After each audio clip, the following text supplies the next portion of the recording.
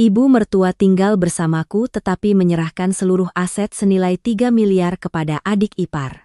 Ketika aku bertanya, dia langsung menamparku. Bukan urusanmu. Suamiku langsung angkat bicara. Ibu memberi uang kepada siapa? Tinggallah bersama orang itu. Hari itu aku pulang kerja lebih lambat dari biasanya. Seluruh tubuhku lelah, kedua bahu terasa berat seolah baru saja melewati hari yang panjang tanpa sempat bernapas. Namun, begitu keluar dari kantor, aku masih menyempatkan diri mampir ke pasar untuk membeli ikan segar dan seikat sayuran muda, lalu mampir ke apotek membeli sekotak suplemen tulang untuk ibu mertuaku. Beberapa hari ini Ibu Ratna terus mengeluh sakit punggung, tidurnya tidak nyenyak, dan nafsu makannya berkurang. Mendengar itu, aku merasa kasihan, berpikir orang tua yang tinggal bersamaku, sebisa mungkin harus kurawat. Setibanya di rumah, jam sudah menunjukkan hampir pukul 7 malam. Aku baru saja membuka pintu dan sudah mendengar suara televisi yang riuh dari ruang keluarga. Ibu Ratna, ibu mertuaku, duduk di kursi malas, satu tangan menggulir ponsel, tangan lainnya memijat bahu seolah seharian baru saja melakukan pekerjaan yang sangat berat. Sementara Larasati, adik iparku, berbaring di sofa, kakinya disandarkan pada bantal guling, mulutnya mengunyah buah, dan matanya terpaku pada layar televisi. Melihatku membawa banyak belanjaan, Larasati hanya melirik sekilas lalu berkata dengan santai, "Kakak sudah pulang, aku lapar sekali." Aku bahkan belum sempat mengganti pakaian kantor yang berbau debu jalanan, juga belum sempat minum seteguk air. Aku langsung meletakkan tas dan masuk ke dapur. Dapur kecil itu segera menjadi panas dan ramai oleh suara pisau dan talenan, suara air mengalir, dan suara minyak mendesis. Aku membersihkan ikan, menyiangi sayuran, mencuci beras, dan membumbui setiap masakan. Dalam pikiranku hanya ingin cepat selesai agar seluruh keluarga bisa makan malam dengan layak. Bagas, suamiku, juga baru pulang kerja. Melihatku berkeringat di dahi, dia segera menyingsingkan lengan bajunya hendak membantu, tetapi baru saja dia melangkah ke pintu dapur. Ibu Ratna sudah bersuara dari ruang keluarga. "Pria sudah bekerja seharian, biarkan istrinya yang melakukannya. Kalau menyiapkan makan malam saja tidak bisa, untuk apa jadi menantu?" Kalimat itu tidak baru.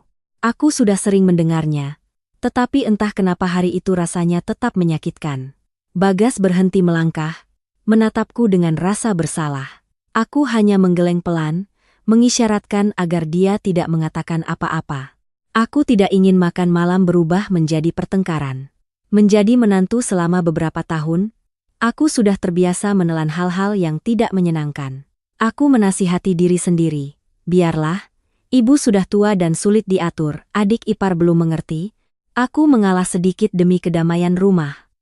Hampir 1 jam kemudian, hidangan makan malam pun tersaji. Ada ikan bumbu Bali yang harum, sayur bening bayam dengan bakso, tumis kangkung yang hijau segar, dan empal goreng kesukaan Bagas. Khusus di depan Ibu Ratna, aku meletakkan semangkuk bubur sarang walet yang encer karena pagi tadi beliau bilang sulit mencerna nasi. Beliau menatap mangkuk bubur itu tanpa berterima kasih, hanya berkata datar, "Lain kali jahenya jangan banyak-banyak, orang tua mana tahan makan pedas." Aku mengatupkan bibir, menunduk untuk mengambil nasi. Makan malam baru berjalan beberapa menit ketika Ibu Ratna tiba-tiba meletakkan setumpuk dokumen berwarna merah di atas meja dengan keras.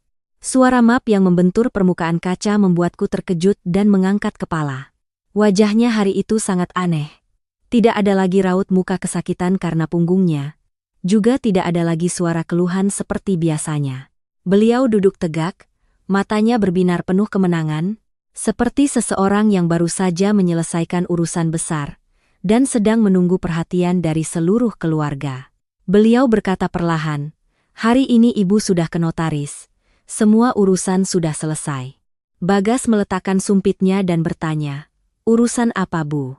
Ibu Ratna melirik ke arah Larasati, sudut bibirnya terangkat puas. Ibu sudah memindahkan seluruh aset pribadi ibu untuk Larasati. Rumah di pinggir jalan utama, sebidang tanah di perumahan baru, dan tabungan lebih dari 500 juta rupiah, totalnya sekitar 3 miliar rupiah, mulai sekarang ini dianggap sebagai harta bawaan untuknya. Meja makan menjadi hening seketika. Aku bahkan bisa mendengar suara sendok di tanganku yang beradu pelan dengan piring. 3 miliar. Dua kata itu terasa berat seperti batu di kepalaku. Selama 2 tahun Ibu Ratna tinggal bersama kami, uang makan, listrik, air, obat-obatan, biaya berobat, biaya kondangan dan acara keluarga dari pihak suami. Sebagian besar berasal dari kantong kami. Ada kalanya aku baru menerima gaji dan harus langsung mentransfer sejumlah uang untuknya.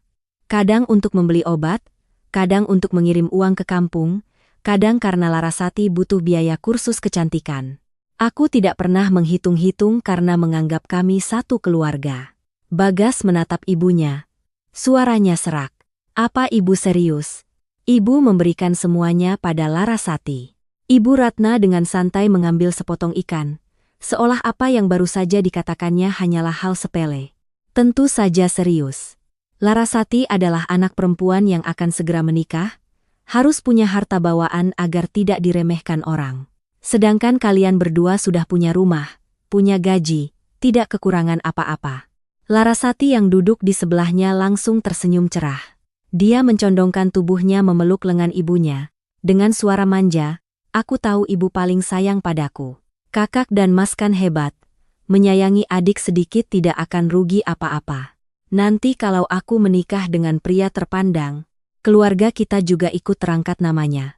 Aku tidak langsung bicara, hanya menatap mangkuk bubur sarang walet yang masih mengepul di depan Ibu Ratna, lalu menatap map merah yang tergeletak di tengah meja. Di satu sisi adalah perhatian kecil yang kulakukan setiap hari. Di sisi lain adalah aset senilai 3 miliar yang dengan mudahnya diserahkan kepada putrinya yang hanya tahu menerima. Untuk pertama kalinya aku merasakan betapa tidak adilnya situasi di rumah ini, dingin hingga menusuk tulang. Aku meletakkan sumpitku dengan sangat pelan. Perasaanku saat itu bukanlah penyesalan atas harta. Sejujurnya, aset Ibu Ratna adalah haknya untuk diberikan kepada siapapun. Tetapi yang membuatku sesak adalah selama 2 tahun ini, beliau tinggal di rumah kami, memakan makanan yang kumasak, meminum obat yang kubeli, dan menggunakan uang yang aku dan Bagas kumpulkan dengan susah payah setiap bulan. Namun ketika menyangkut aset, beliau menyerahkan semuanya pada Larasati seolah itu hal yang wajar. Sementara tanggung jawab merawatnya tetap dilimpahkan kepada kami. Aku mencoba menelan rasa sesak di dada, menjaga suaraku agar tetap tenang. Aku tidak ingin mengubah makan malam menjadi pasar, juga tidak ingin membuat Bagas berada di posisi sulit antara ibu dan istri. Aku menatap Ibu Ratna dan bertanya dengan sangat lembut, "Ibu sudah memberikan semua aset pada Larasati, lalu bagaimana dengan urusan perawatan ibu ke depannya?" Begitu pertanyaan itu selesai, suasana di meja makan terasa tegang. Ibu Ratna yang sedang mengambil ikan pun berhenti. Wajahnya langsung berubah muram begitu cepat sehingga aku tahu. Di matanya, hanya dengan berani bertanya saja sudah merupakan dosa besar. Beliau meletakkan sumpitnya dengan keras, menatapku dengan tajam. "Kamu bertanya begitu, apa maksudmu?" Aku masih mencoba tenang, mengucapkan setiap kata dengan perlahan, "Aku tidak punya maksud lain. Aku hanya berpikir, ibu tinggal bersama kami. Semua biaya di rumah ini kami yang tanggung. Jika ibu sudah memberikan semua aset pada Larasati, aku pikir Larasati juga harus ikut bertanggung jawab merawat ibu, agar adil."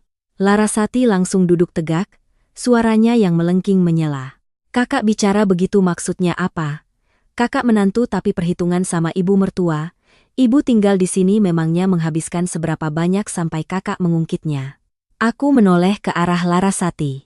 Dia masih tersenyum sinis tetapi matanya menunjukkan ketidaksenangan.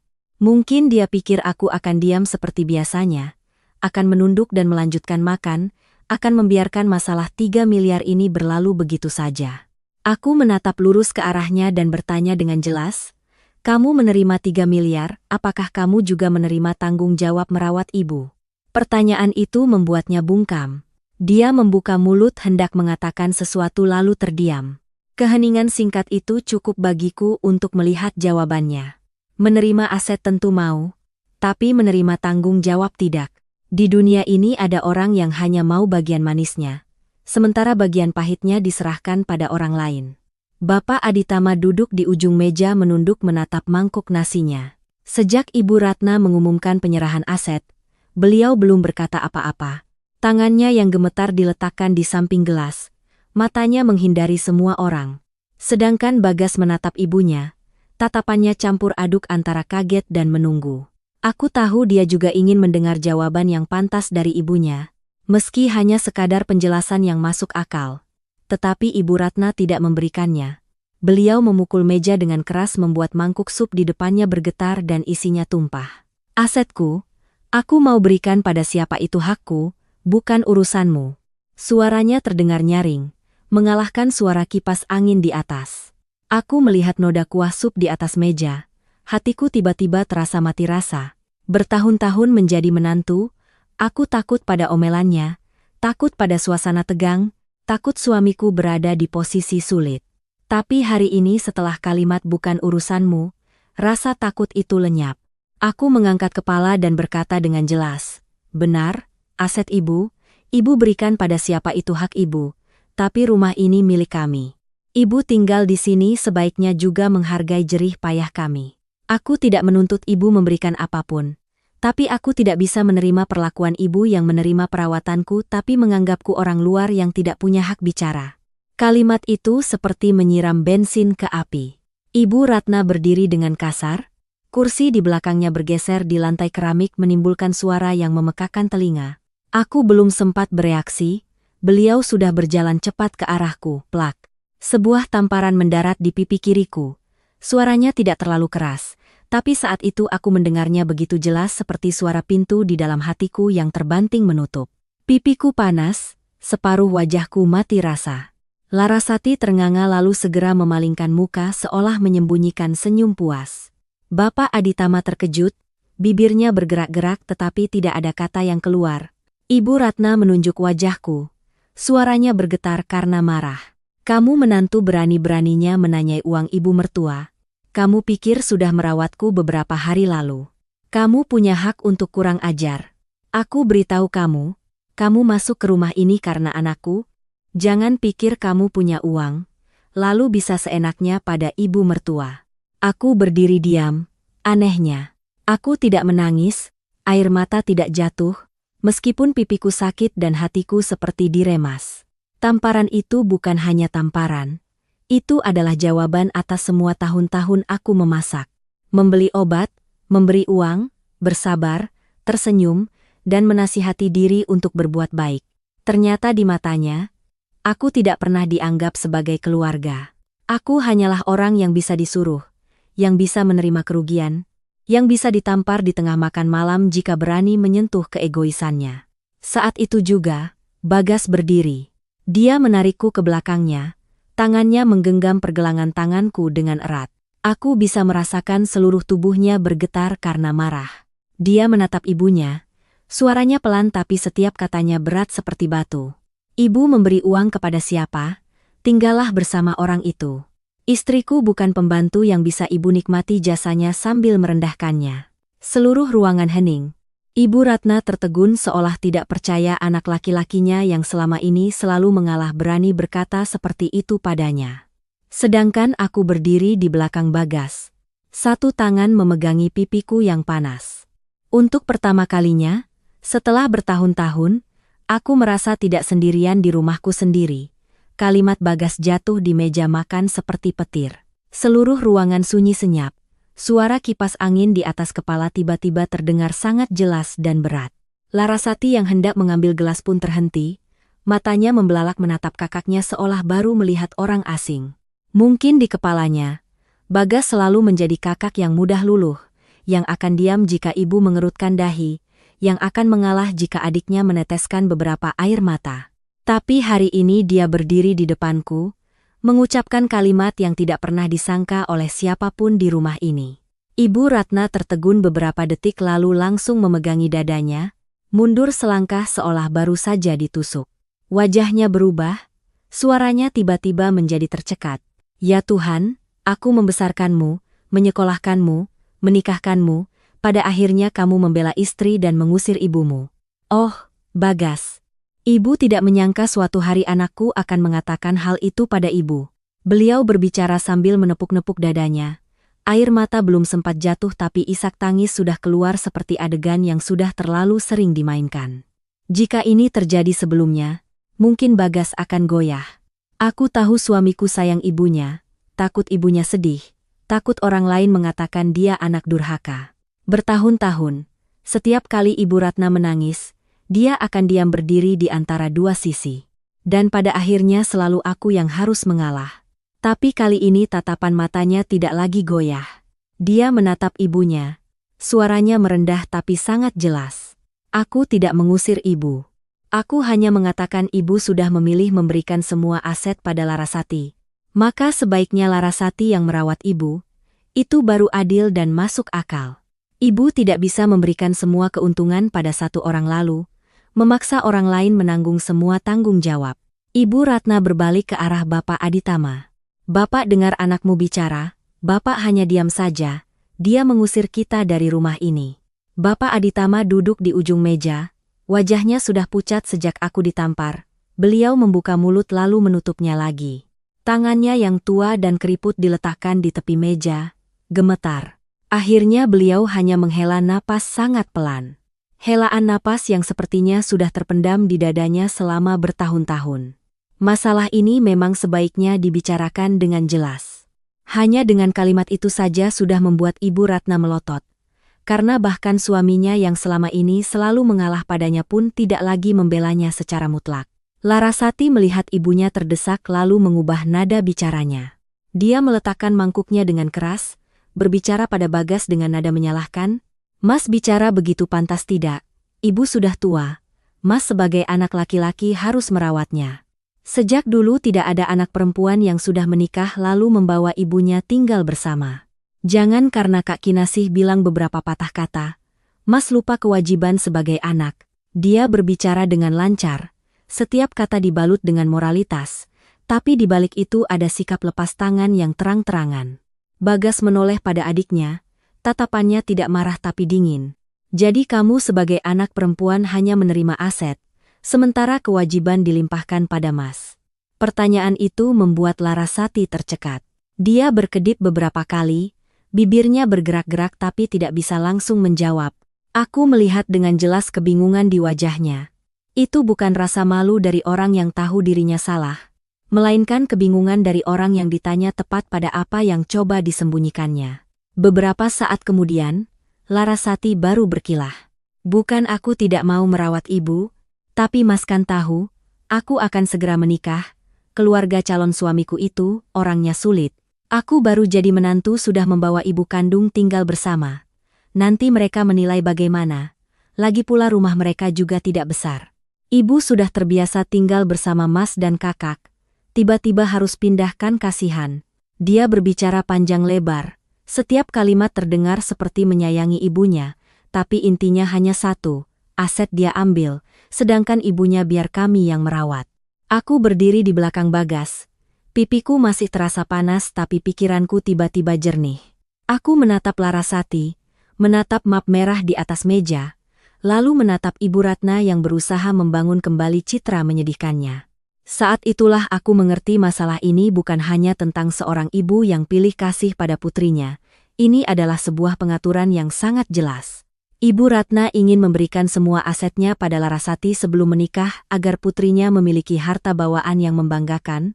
Sedangkan bagian perawatan, pengobatan, makan, dan urusan rumah tangga, beliau tetap ingin melimpahkannya pada kami, terutama padaku. Ibu Ratna melihat Larasati terdesak lalu segera membela. Dia itu anak perempuan, tinggal di rumah mertua sudah cukup menderita. Kamu sebagai kakak, sebagai anak laki-laki di rumah ini, kalau bukan kamu yang menanggung, siapa lagi? Aset yang ibu berikan pada adikmu juga agar dia tidak diremehkan orang. Kamu sebagai kakak tidak sayang adik, malah membiarkan istri menghasut memecah belah ibu dan anak.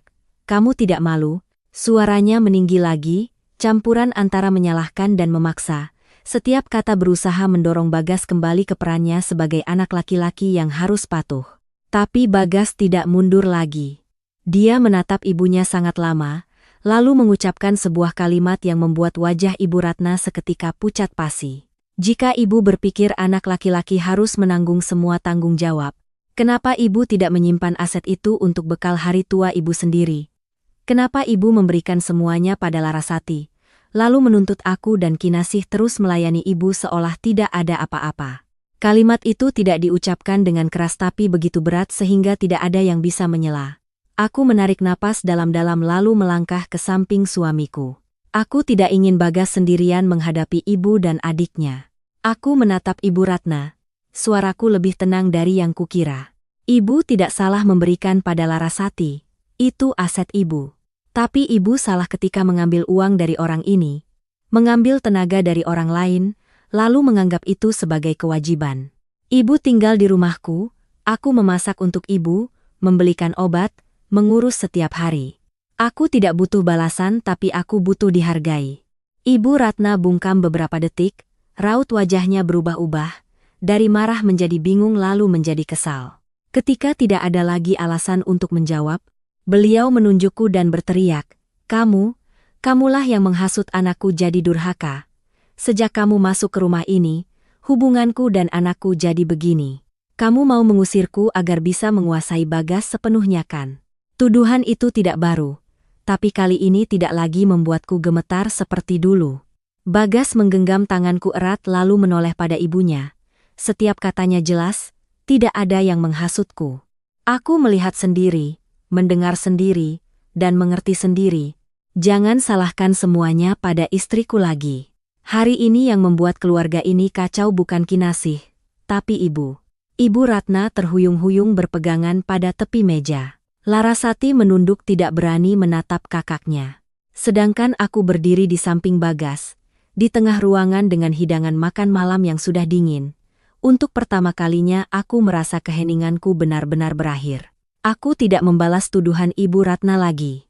Terkadang semakin kita mencoba menjelaskan pada orang yang tidak mau mengerti, kita hanya akan membuat diri sendiri lelah.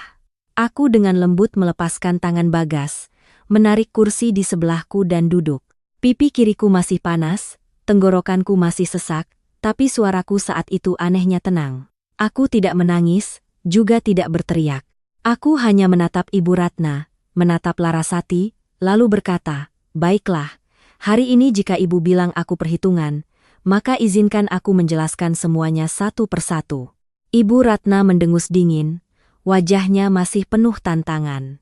Bicaralah, aku juga ingin dengar seberapa banyak kamu bisa mengungkit jasamu.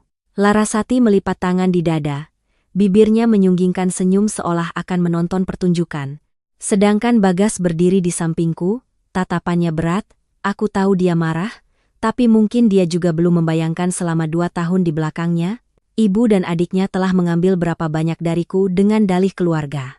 Aku berkata perlahan, 2 tahun ibu tinggal bersama kami, uang obat hipertensi ibu setiap bulan aku yang beli. Setiap kali ibu pusing, aku yang mengantar ke dokter. Uang USG, tes lab, suplemen tulang, makanan fungsional, semua aku yang bayar. Pernah ibu bilang obat dari luar negeri lebih bagus, 1 kotak lebih dari 1 juta, aku tetap beli karena kupikir kesehatan ibu lebih penting. Aku tidak mengatakan ini untuk membesar-besarkan masalah. Aku hanya menceritakan apa yang sudah biasa terjadi. Begitu biasa sehingga seluruh rumah ini menganggapnya sebagai tanggung jawabku yang wajar. Ibu Ratna langsung menyela, kamu membelikan ibu mertuamu beberapa kotak obat saja sudah diungkit. Seolah aku menyuruhmu menjual rumah. Aku menatapnya, tetap dengan nada suara yang datar. Aku belum selesai bicara. Ibu dengarkan sampai habis. Setiap bulan selain uang makan, aku memberikan ibu uang saku 2 juta rupiah. Ibu bilang orang tua kalau tidak punya uang di kantong merasa sedih. Aku dengar itu jadi setiap bulan aku transfer. Pernah aku terlambat 2 hari karena kantor telat bayar gaji. Ibu mengirim pesan 3 kali bertanya apa aku lupa. Sampai di sini, Bagas berbalik menatap ibunya. Dia benar-benar terkejut. Aku melihat tangannya yang diletakkan di sandaran kursi mengepal. Mungkin dia tidak pernah tahu tentang itu. Di depannya, Ibu Ratna selalu bilang aku ceroboh, kurang perhatian, tidak pandai merawat orang tua. Sedangkan di belakangnya, beliau menerima setiap transfer dariku tanpa pernah memberitahu putranya bagaimana menantunya telah merawatnya. Aku melanjutkan. Pernah di tengah jam kerja, aku sedang rapat dengan klien. Ibu menelepon terus-menerus, kupikir ada apa-apa jadi aku buru-buru keluar. Ibu bilang sore itu harus pergi ke kondangan kerabat di kampung dan butuh 5 juta rupiah untuk menjaga gengsi karena semua kerabat di sana memberi amplop tebal. Aku bilang saat itu aku tidak punya uang tunai. Ibu bilang kalau aku membuatnya malu, jangan panggil dia ibu lagi. Akhirnya aku harus menarik tunai dari kartu kredit dan mentransfernya hari itu juga. Bapak Aditama menunduk lebih dalam. Wajahnya saat itu bukan lagi hanya diam, tapi malu. Ibu Ratna mulai kehilangan ketenangannya. Beliau menatap Larasati seolah mencari dukungan. Larasati langsung angkat bicara dengan nada sinis. Kakak ceritanya hebat sekali ya. Orang luar dengar pasti mengira kakak menafkahi seluruh keluargaku. Cuma beberapa rupiah saja sudah dibicarakan seolah memberi sedekah. Aku menoleh padanya. Larasati, kamu juga mau aku bicarakan tentangmu kan? Senyum di bibir Larasati membeku. Aku menatap lurus ke matanya. Ponsel yang kamu pakai sekarang. Waktu beli kamu bilang pinjam 5 juta. Bulan depan setelah gajian akan dikembalikan. Tapi kamu tidak bekerja, mana punya gaji. Lalu uang untuk ke salon, beli gaun untuk foto pre-wedding, biaya kursus rias pengantin. Kamu selalu mengirim pesan pinjam padaku? Setiap kali bilang bantu untuk terakhir kalinya tapi tidak pernah benar-benar ada yang terakhir. Wajah Larasati memerah. Dia memukul meja. Sudah cukup kak. Kakak sebagai kakak ipar perhitungan sekali dengan adik ipar untuk hal-hal sepele seperti itu. Tidak malu. Aku tersenyum tipis. Senyum yang lebih lelah daripada marah. Kalau sepele, kenapa tidak kamu bayar sendiri? Kalau tidak berarti, kenapa setiap kali kamu harus meminjam? Setelah berkata begitu aku membuka ponselku, di sebuah folder catatan biasa. Aku menyimpan setiap kali transfer, tanggal, keterangan, dan nama penerima. Aku tidak berniat menggunakannya untuk menagih. Tapi mungkin sejak lama, jauh di lubuk hatiku, aku tahu akan ada hari di mana aku perlu melihatnya kembali untuk bertanya pada diri sendiri, sampai sejauh mana aku sudah bertahan. Aku meletakkan ponsel di atas meja, memutar layarnya ke arah Bagas. Di sana terlihat jelas setiap baris. Transfer Ibu Ratna uang obat, transfer Ibu Ratna untuk kondangan, transfer Larasati beli ponsel, transfer Larasati bayar kursus, transfer Ibu Ratna untuk oleh-oleh kampung. Angka-angka itu berjejer, tidak berisik, tidak menangis, tapi beratnya seperti batu yang menimpa makan malam yang sudah dingin. Wajah Ibu Ratna berubah, Larasati buru-buru membuang muka, tapi kesombongannya tadi sudah jelas luntur. Aku berkata perlahan, aku mencatat bukan untuk menagih. Aku mencatat untuk mengingatkan diri sendiri jangan pernah lupa. Seberapa banyak aku sudah bersabar. Aku pernah berpikir ini adalah kasih sayang keluarga. Aku pernah berpikir satu keluarga saling membantu saat sulit adalah hal yang wajar. Tapi hari ini aku baru mengerti. Bagi ibu dan Larasati itu bukan kasih sayang, itu adalah kewajiban seorang menantu. Aku memberi itu sudah seharusnya. Aku diam itu artinya tahu diri. Dan jika aku bertanya satu kali saja, aku dianggap kurang ajar. Bagas mengambil ponsel itu, dia menggulir ke bawah, wajahnya semakin lama semakin muram. Aku melihat di matanya bukan hanya ada kemarahan tapi juga rasa sakit. Mungkin dia sedang menyalahkan dirinya sendiri karena membiarkan istrinya diam-diam menanggung begitu banyak hal tanpa dia ketahui. Dia mengangkat kepala menatap ibu dan adiknya. Suaranya menjadi sangat serak. Sudah berapa lama kalian berdua diam-diam mengambil uang Kinasih? Ibu Ratna membuka mulut hendak membantah tapi tidak ada satu kata pun yang keluar dengan utuh. Larasati menunduk, tangannya meremas-remas ujung bajunya. Ruangan saat itu begitu hening sehingga aku bisa mendengar suara jam dinding berdetak. Aku duduk di sana tidak lagi gemetar, tidak lagi takut. Untuk pertama kalinya, uang yang disangkal, hari-hari yang diremehkan, saat-saat aku menelan kekesalan, semuanya memiliki wujud yang jelas di depan semua orang. Dan aku tahu setelah saat ini mereka tidak bisa lagi berpura-pura bahwa aku tidak pernah berkorban apapun untuk rumah ini. Pertanyaan Bagas membuat Ibu Ratna terpaku di tempat. Tadi beliau masih berteriak, masih menunjuk dan memakiku karena mengungkit jasa. Namun ketika catatan transfer muncul jelas di depan semua orang, beliau tiba-tiba seperti orang yang kursinya ditarik. Wajahnya memerah lalu memutih. Matanya melirik cepat ke arah map merah di atas meja. Hanya dengan satu lirikan itu, Aku melihat ada sesuatu yang tidak beres. Ibu Ratna tiba-tiba maju, merebut map itu dan memeluknya erat. Cukup sudah, masalah hari ini sampai di sini saja. Kalau tidak mau makan, ya sudah. Suaranya sengaja dikeraskan. Tapi tangannya terlihat jelas gemetar. Aku melihat gerakannya dan hatiku tiba-tiba menjadi dingin. Jika itu hanya surat-surat penyerahan aset pada Larasati, jika semuanya benar-benar transparan seperti yang dikatakannya, kenapa beliau harus sepanik itu? Bagas juga menyadarinya. Dia mengulurkan tangan memegang ujung map itu, suaranya merendah. Bu, biar aku lihat. Ibu Ratna langsung menariknya kembali. Lihat apa? Ini milik ibu untuk adikmu, tidak ada hubungannya denganmu. Bagas tidak melepaskan tangannya. Tatapan matanya saat itu bukan lagi tatapan seorang anak yang mencoba bersabar pada ibunya, melainkan tatapan seorang pria yang mulai mengerti ada sesuatu yang disembunyikan dari keluarganya. Larasati melihat itu langsung maju, suaranya lebih panik dari ibunya. Mas mau apa? Ini surat-suratku. Kenapa Mas mau lihat? Ibu sudah memberikannya padaku, berarti ini milikku. Dia berbicara sambil mencoba merebut map itu dari tangan Bagas. 3 orang saling tarik-menarik, kertas-kertas di dalamnya berhamburan di atas meja. Selembar lampiran tipis jatuh ke lantai keramik, meluncur ke dekat kakiku. Aku membungkuk untuk mengambilnya. Awalnya aku hanya berniat meletakkannya kembali di atas meja, tapi mataku tanpa sengaja membaca beberapa baris tulisan tebal di tengah halaman. Surat perjanjian jaminan pinjaman. Aku tertegun, jantungku seperti diremas pelan. Aku membaca lagi setiap kata yang semakin jelas. Aset berupa rumah di jalan utama, tanah, dan buku tabungan digunakan untuk menjamin sebuah pinjaman besar. Pihak terkait adalah Larasati. Aku mengangkat kepala menatap Ibu Ratna.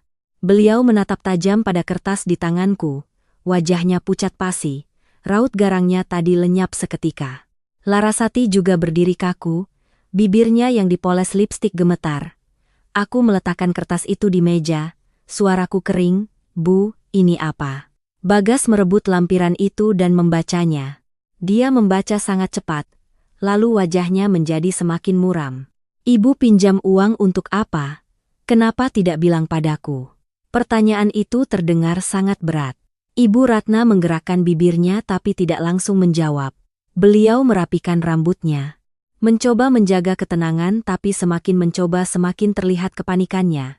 Bukan apa-apa, hanya urusan administrasi biasa. Orang tua melakukan sesuatu tidak perlu lapor pada kalian. Beliau berbicara sangat cepat seolah ingin menutupi rasa takutnya. Tapi semakin bicara, suaranya semakin tidak meyakinkan. Aku menoleh pada Larasati. Beberapa menit yang lalu dia masih duduk tersenyum bahagia karena menerima aset 3 miliar. Sekarang wajahnya pucat, kedua tangannya mencengkeram erat sandaran kursi, kuku merahnya hampir menancap ke kayu. Bagas membuka sisa kertas di dalam map. Setiap lembar yang dibuka, suasana di ruangan semakin berat. Aku tidak mengerti semua istilah hukum yang rumit, tapi hanya dengan melihat tulisan tentang jaminan, jatuh tempo, dan denda. Aku tahu ini bukan lagi sekadar seorang ibu yang memberikan harta bawaan pada putrinya. Di balik yang disebut kasih sayang itu, jelas ada sebuah utang atau transaksi yang sengaja disembunyikan oleh Ibu Ratna dan Larasati. Bagas menoleh pada adiknya, suaranya dingin. Kamu jujur padaku, surat-surat ini maksudnya apa?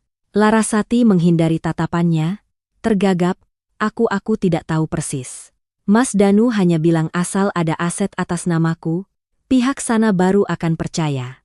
Dia bilang ini urusan bisnis, beberapa bulan lagi uangnya kembali, semua beres. Mendengar nama Danu, aku melihat Bapak Aditama yang duduk di ujung meja tanpa sadar memejamkan mata seolah sudah menunggu momen ini sejak lama. Ibu Ratna langsung membentak putrinya. Larasati, diam. Lalu beliau menoleh pada Bagas. Suaranya ketus. Jangan dengarkan hasutan Kinasih lalu menginterogasi ibu dan adikmu. Danu itu orang baik-baik. Dia akan menjadi menantu di rumah ini. Dia butuh modal untuk bisnis. Kita bantu sedikit apa salahnya. Bagas menatap ibunya tanpa berkedip. Bantu sedikit sampai ibu memberikan seluruh aset 3 miliar pada Larasati. Lalu membiarkannya menjaminkan semuanya. Ibu tahu tidak kalau bisnisnya gagal. Ibu akan kehilangan segalanya. Ibu Ratna terdiam tapi masih berusaha membantah. Hilang ya hilang milik ibu, bukan milik kalian. Saat itu Bapak Aditama tiba-tiba meletakkan gelasnya dengan keras di meja. Suara gelas membentur kaca tidak keras tapi membuat semua orang menoleh. Sejak tadi beliau diam. Tapi saat ini suaranya bergetar sangat jelas. Ratna, kamu masih mau menyembunyikannya sampai kapan? Ibu Ratna berbalik pada suaminya. Tatapannya campuran antara peringatan dan permohonan. Bapak jangan bicara sembarangan. Bapak Aditama menatapnya, matanya memerah karena tak berdaya. Kalau aku tidak bicara, entah sampai mana lagi rumah ini akan kamu seret. Utang itu bukan milik Larasati. Itu utang si Danu. Seluruh ruangan seolah kehabisan udara. Aku mendengar dengan jelas Larasati menarik napas cepat. Bagas berdiri kaku. Kertas di tangannya bergetar pelan. Aku menatap map itu, menatap Ibu Ratna lalu menatap Larasati yang sudah kehilangan semua kesombongannya. Sampai saat ini aku baru mengerti 3 miliar itu mungkin tidak pernah murni sebagai harta bawaan. Itu lebih seperti sebuah harga.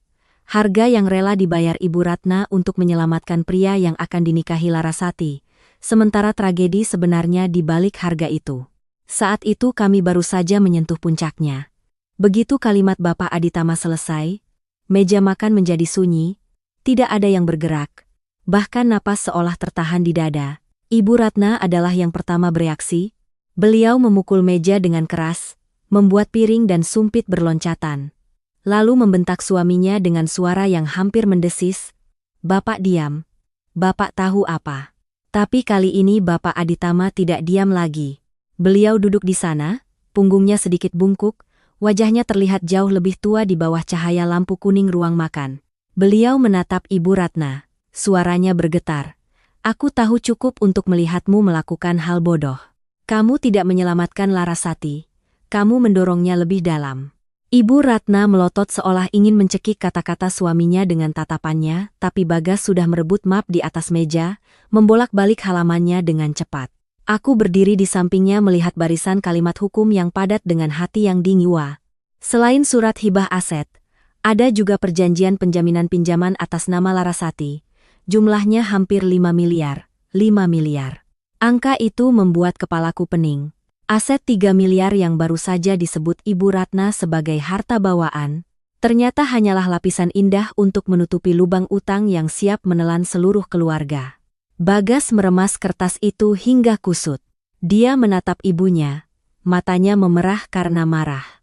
"Ibu jelaskan, ini apa?" Ibu Ratna memalingkan wajah, bibirnya terkatup rapat. Larasati mulai menangis.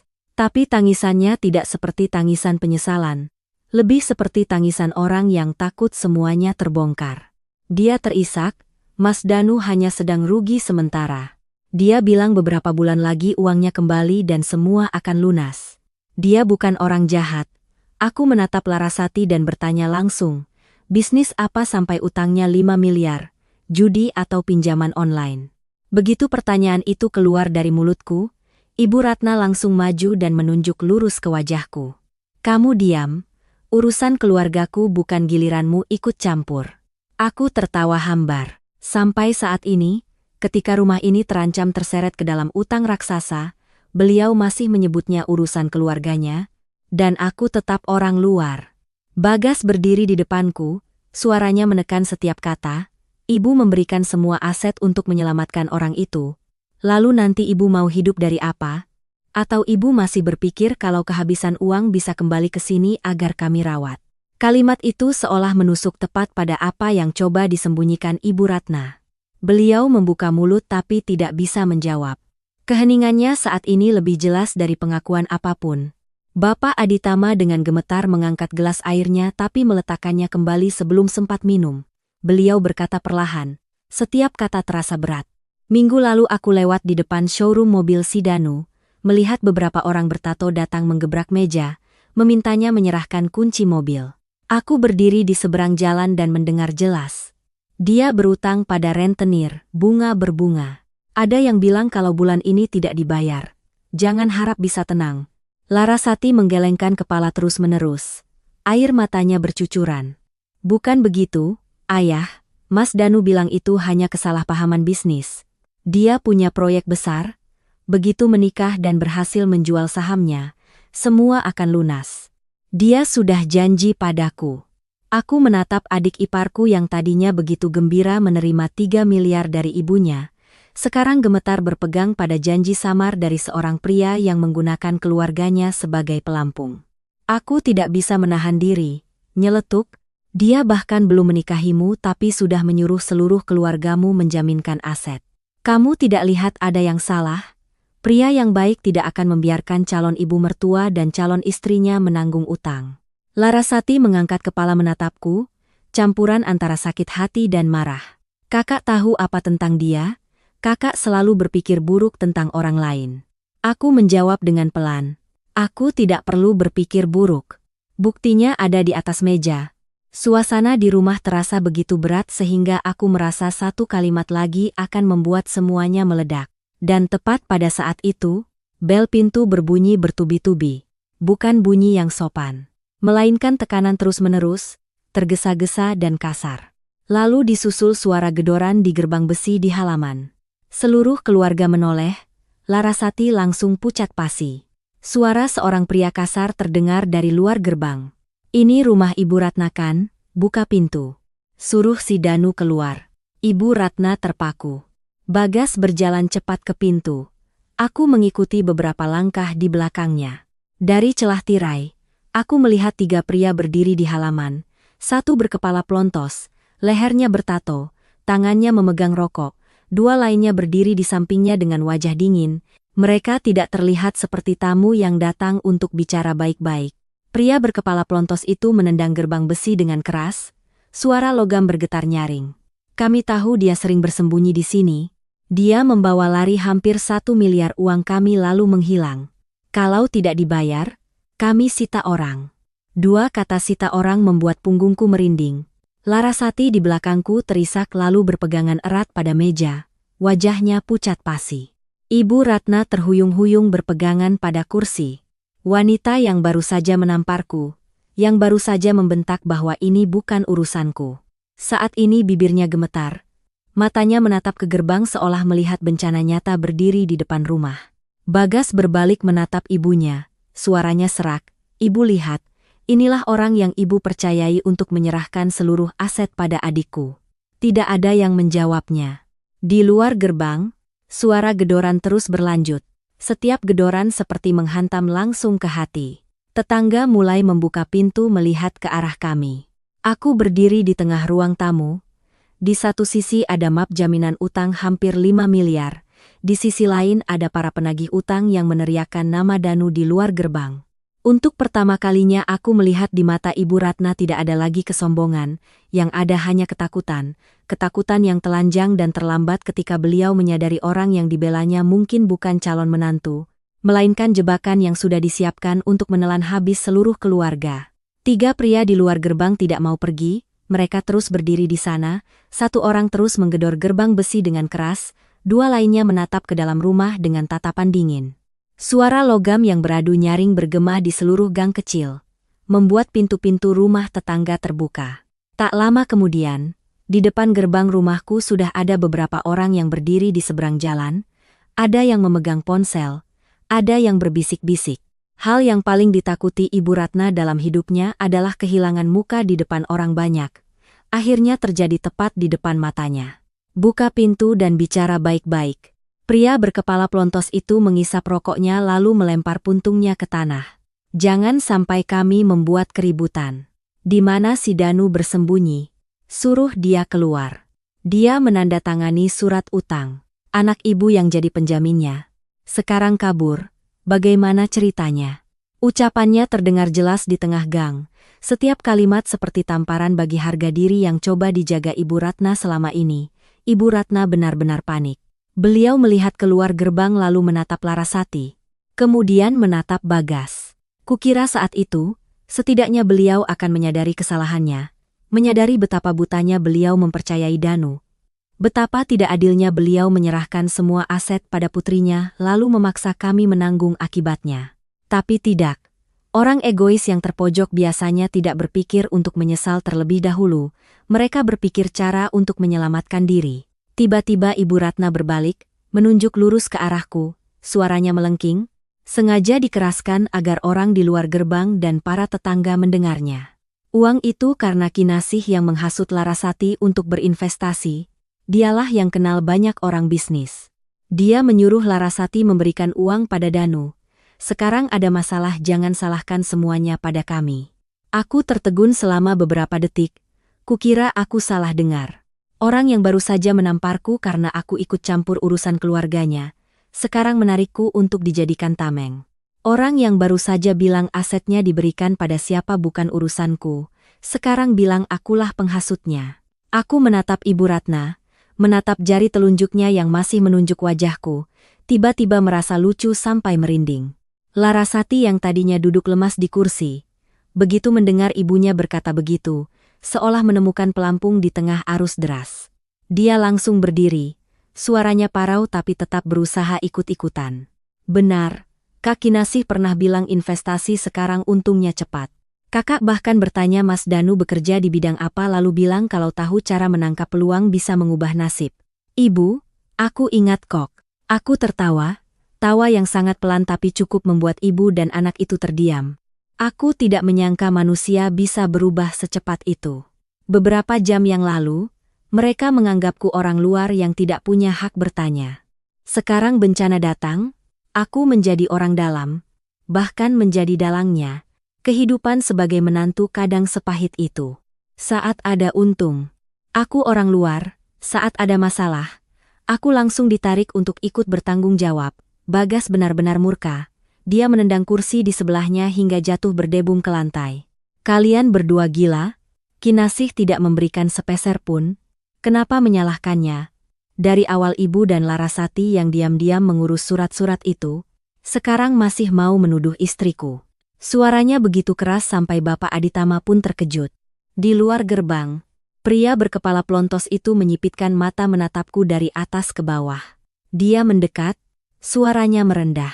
Kamu yang bertanggung jawab, kalau begitu, keluar dan bicara. Kami tidak peduli kalian main sandiwara apa.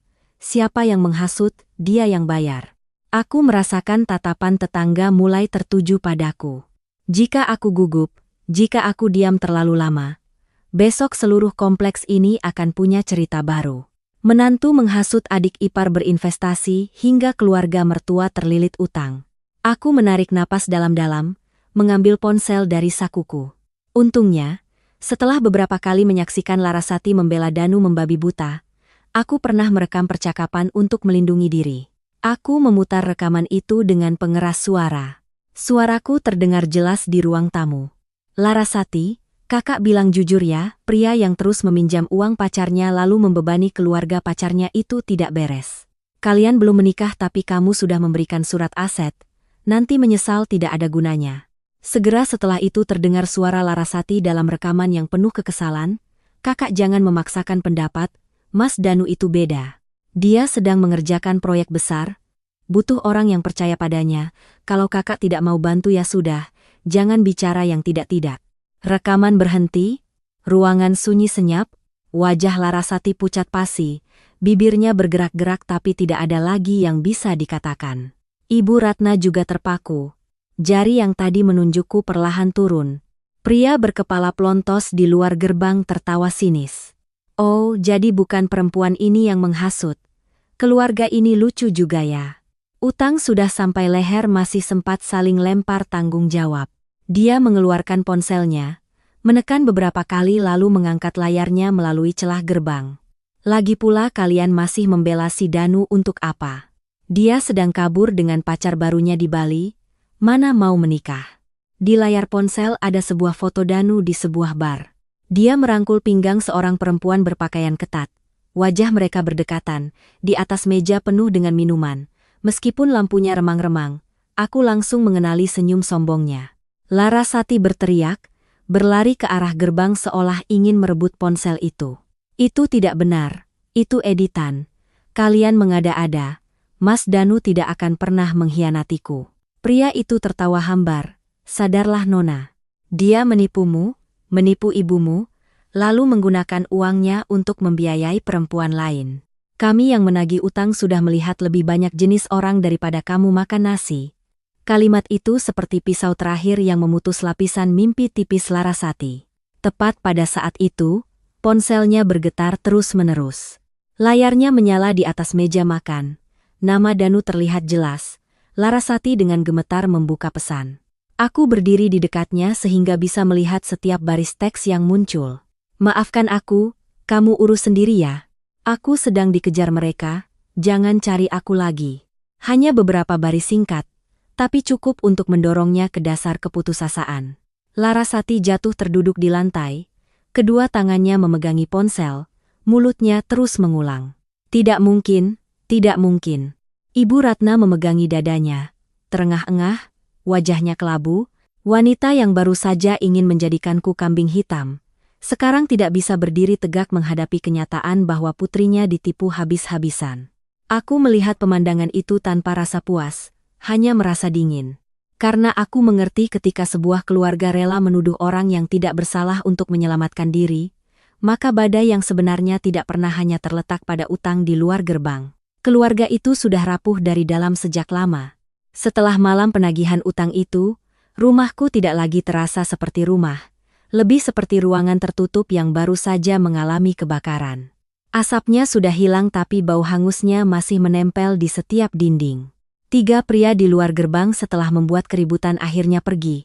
Tapi sebelum pergi, pria berkepala plontos itu sempat mengucapkan kalimat dingin, bilang pada Larasati dan si Danu. Kami tidak punya kesabaran, bisa lari hari ini, tidak bisa lari selamanya. Sejak hari itu, Ibu Ratna mulai berbaring terus di kamar. Pagi tidak makan, siang tidak makan, malam hanya berbaring menghadap dinding, satu tangan memegangi dada, mulutnya mengerang kesakitan. Tapi anehnya, setiap kali Bagas baru pulang kerja, suara erangannya menjadi lebih keras. Beliau memanggil nama putranya dengan suara terputus-putus seperti orang sekarat. Bagas, tolong selamatkan adikmu, nak. Kalau kamu tidak menolongnya, biarkan ibu mati saja biar kamu puas. Bagas berdiri di luar pintu kamar, kedua matanya cekung karena kurang tidur. Dia tidak lagi marah-marah. Tapi keheningannya lebih berat daripada kemarahan. Aku tahu dia sedang terkoyak. Di satu sisi ada ibu dan adiknya. Di sisi lain, ada kenyataan yang terlalu jelas, bahwa merekalah yang menjerumuskan diri ke dalam lubang itu. Setiap kali Ibu Ratna menangis, dia akan mengepalkan tangannya, seolah mencoba menahan rasa kasihan agar tidak kembali ke jalan yang lama. Larasati juga tidak lagi sombong seperti dulu. Dia duduk di lantai dekat ranjang ibunya, rambutnya acak-acakan, matanya bengkak, tapi di dalam keputusasaannya masih terselip sedikit keegoisan yang biasa. Dia terus berkata, "Mas, tolong selamatkan aku. Mereka tahu rumah kita, tahu tempat kerjaku, bahkan teman-temanku. Bagaimana kalau mereka menculikku? Bagaimana kalau mereka menjualku ke luar negeri?" Setiap kalimat yang diucapkannya seperti jerat yang dilemparkan ke arah Bagas. Aku diam mengamati semuanya. Bukan aku tidak peduli, aku juga takut. Aku juga merasa tidak aman ketika orang asing tahu alamat rumahku. Tapi yang membuat hatiku lebih dingin adalah meskipun sudah ditipu, meskipun sudah melihat bahaya di depan mata, Ibu Ratna dan putrinya tidak pernah sekalipun benar-benar meminta maaf padaku atau pada Bagas. Mereka hanya terus-menerus menyebutkan harus menyelamatkan Larasati, harus ada uang, harus mencari cara. Tapi uang itu dari mana? Siapa yang harus menanggung? Dan apa akibatnya? Mereka tidak mau memikirkannya. Malam berikutnya ketika aku turun ke dapur untuk mengambil air, aku melewati kamar Ibu Ratna dan mendengar suara bisikan dari dalam. Pintu kamar sedikit terbuka, cahaya kuning remang-remang menyelinap keluar. Aku biasanya tidak suka menguping, tapi nama Bagas yang disebut membuatku berhenti. Suara Ibu Ratna sangat pelan tapi jelas. Kamu terus menangis di depan kakakmu. Paksa dia menjual rumah. Yang penting bisa bayar utang dulu. Setelah ini beres, baru kita pikirkan lagi. Jantungku berdebar kencang. Aku berdiri di balik pintu, tanganku yang memegang gelas tiba-tiba terasa dingin. Larasati bertanya dengan tercekat. Tapi kalau Mas Bagas tidak mau, Kak Kinasih pasti melarang. Ibu Ratna langsung menjawab tanpa ragu, bilang saja kalau tidak menolongmu, ibu akan mati. Kakakmu itu hatinya lembut. Dia sayang adiknya, sayang ibunya, biar kinasih ibu yang urus. Kalau dia sayang rumah itu, ibu akan bilang dia mau melihat adik iparnya mati. Aku mundur selangkah, punggungku merinding. Ternyata yang disebut sakit jantung, tidak mau makan. Keputusasaan itu bukan hanya penderitaan seorang ibu, itu juga sebuah rencana. Rencana yang menggunakan air mata, penyakit, dan ikatan darah, untuk memaksa suamiku menjual rumah yang telah kami bangun dengan kerja keras bertahun-tahun. Aku melihat gelas di tanganku, airnya bergetar, entah karena tanganku gemetar atau karena hatiku benar-benar bergejolak. Pagi berikutnya, persis seperti yang kudengar, Ibu Ratna memanggil seluruh keluarga ke ruang tamu.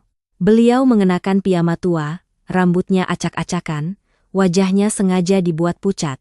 Begitu melihat Bagas masuk, beliau langsung merosot dari kursi, bersujud di lantai. "Bagas, ibu mohon padamu, ibu hanya punya kamu. Selamatkan adikmu, rumah masih bisa dicari lagi. Tapi kalau adikmu kenapa-kenapa, seumur hidupmu bagaimana?" Bagas panik, membungkuk hendak membantu ibunya tapi Ibu Ratna memeluk kakinya erat, menangis tersedu-sedu. "Kamu mau melihat adikmu diculik dan dijual ke luar negeri. Kamu mau ibu mati di depanmu baru kamu mau membuka mata." Kalimat itu membuat seluruh ruangan sesak. Larasati yang duduk di sebelahnya ikut menangis, sambil menutupi wajahnya seolah semua kemalangan di dunia menimpanya. Aku berdiri di pintu ruang tamu, melihat pemandangan itu dengan perasaan campur aduk antara sakit dan marah. Sakit melihat suamiku dipojokkan sampai tidak bisa bernapas. Marah karena yang melakukannya adalah ibu dan adiknya sendiri. Bagas berdiri diam, urat-urat di tangannya menonjol. Dia menunduk menatap ibunya, bibirnya terkatup rapat tapi tidak berkata apa-apa. Aku tahu dia sedang melawan rasa bersalah yang coba ditanamkan Ibu Ratna di hatinya. Ibu Ratna melihatnya diam lalu berbalik ke arahku. Matanya merah menyala. "Atau kamu yang sayang uang? Kamu sayang rumah ini jadi mau adik iparmu matikan, aku tahu. Kamu tidak pernah menganggap keluarga suami sebagai keluargamu sendiri. Kamu hanya menunggu hari untuk mengusir kami dari sini." Tuduhan itu tidak lagi mengejutkanku. Hanya saja kali ini aku tidak membiarkannya berlalu begitu saja. Aku perlahan mengeluarkan ponselku, memutar rekaman semalam. Suara Ibu Ratna terdengar di tengah ruang tamu, jelas dan kejam, paksa dia menjual rumah. "Yang penting bisa bayar utang dulu, biar kinasi ibu yang urus. Kalau dia sayang rumah itu, ibu akan bilang dia mau melihat adik iparnya mati." Ruangan langsung hening. Tangisan Larasati berhenti seketika seolah dicekik. Ibu Ratna mengangkat kepalanya menatapku, wajahnya campuran antara panik dan benci. Larasati maju hendak merebut ponsel dariku, tapi Bagas lebih cepat. Dia memegang pergelangan tangan adiknya, mendorongnya mundur. Matanya merah tapi suaranya dingin menakutkan. "Cukup, kalian berdua mau bersandiwara sampai kapan?" Dia menoleh pada ibunya. Setiap kata seolah keluar dari tenggorokannya. "Ibu memanfaatkan ikatan darah untuk memanipulasiku. Ibu tahu tidak rumah ini adalah hasil kerja keras kami berdua. Atau di mata ibu, hidupku hanyalah gudang uang yang bisa ibu dan Larasati ambil kapanpun butuh." Ibu Ratna membuka mulut tapi belum sempat berkata apa-apa. Dari ujung ruangan terdengar suara pecahan. Bapak Aditama yang berdiri di dekat meja tiba-tiba memegangi dadanya, wajahnya pucat. Gelas di tangannya jatuh ke lantai dan pecah berkeping-keping. Aku berteriak, "Ayah!" Bagas melepaskan tangan Larasati dan berlari menopang ayahnya, tapi tubuh ayahnya sudah lemas, jatuh ke pelukan putranya. Seluruh rumah langsung kacau. Ibu Ratna berteriak histeris.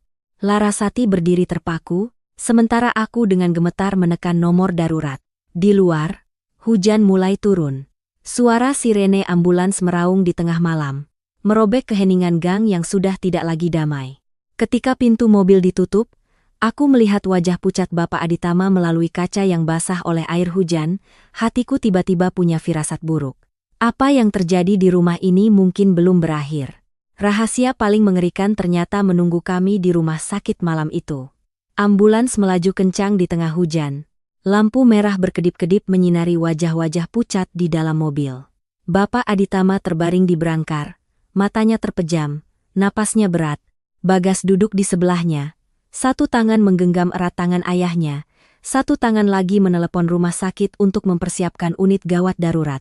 Aku duduk di seberangnya. Hatiku masih gemetar. Baru beberapa jam yang lalu, rumah ini ribut karena uang, utang, dan air mata palsu. Sekarang semuanya seolah ditarik oleh suara sirene ke jurang yang lain.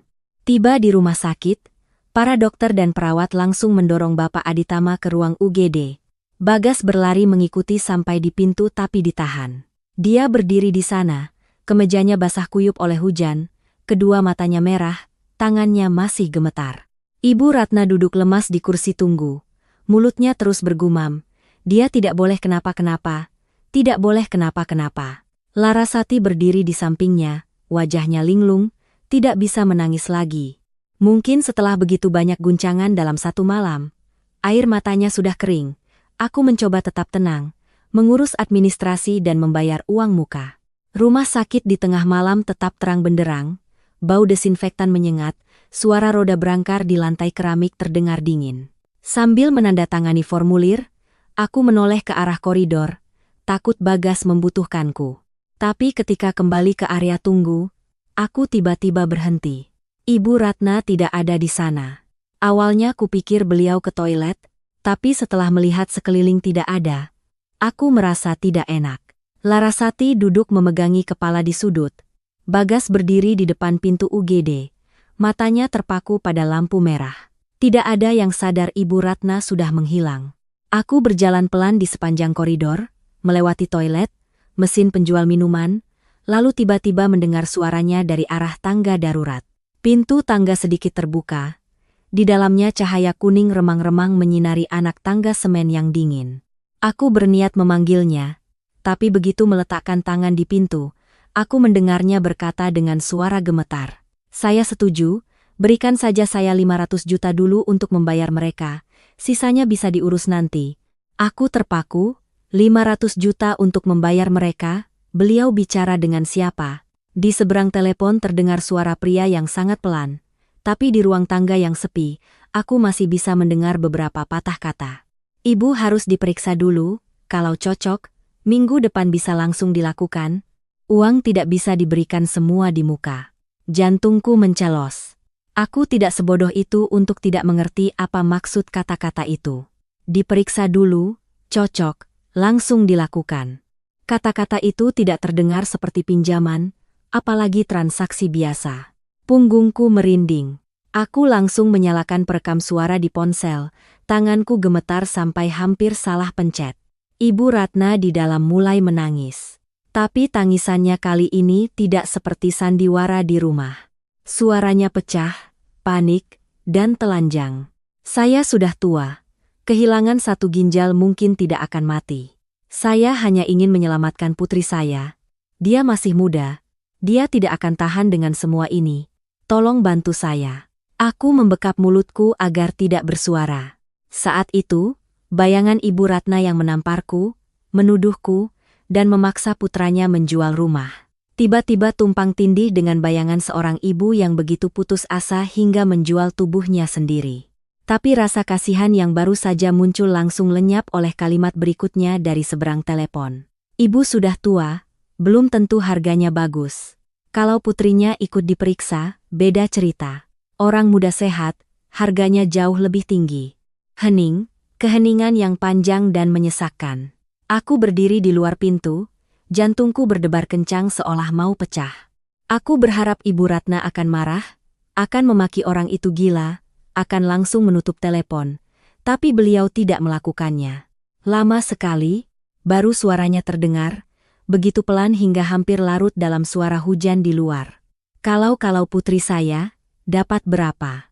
Seluruh tubuhku kaku, aku mengintip dari celah pintu, Ibu Ratna duduk di anak tangga, satu tangan memegang ponsel, satu tangan lagi mencengkeram lututnya, wajahnya pucat pasi, matanya merah, bibirnya gemetar. Aku tidak tahu apa yang ada di pikirannya saat itu. Apakah beliau bertanya untuk menghindar atau dalam keputusasaan? Beliau benar-benar mempertimbangkan untuk membawa Larasati ke dalam transaksi mengerikan itu.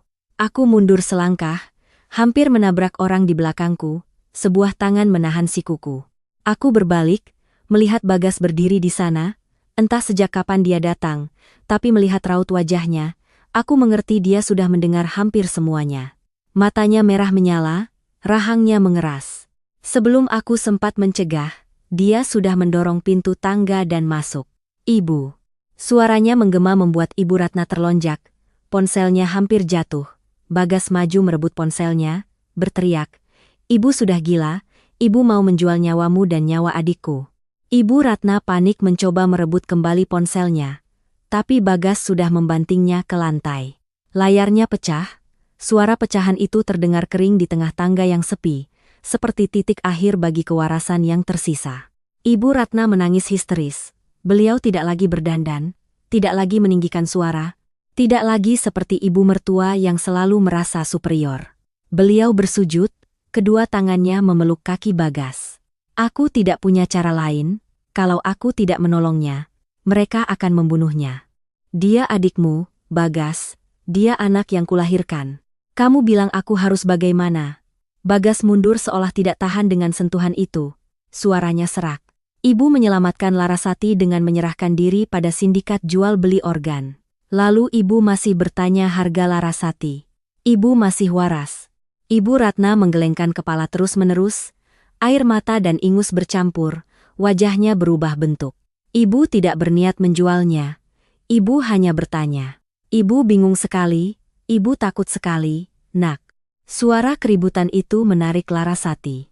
Dia berdiri di luar pintu tangga, mendengar beberapa kalimat terakhir dan terpaku. "Ibu, ibu bicara apa?" Tidak ada yang menjawab. Hanya dengan melihat wajah kami, dia sudah mengerti. Larasati jatuh terduduk di depan pintu, kedua tangannya membekap mulut, menangis tanpa suara. Ibu yang selalu diandalkannya, yang selalu dipercayainya akan melindunginya dengan segala cara. Ternyata dalam keputusasaan telah melangkah ke batas yang paling menakutkan.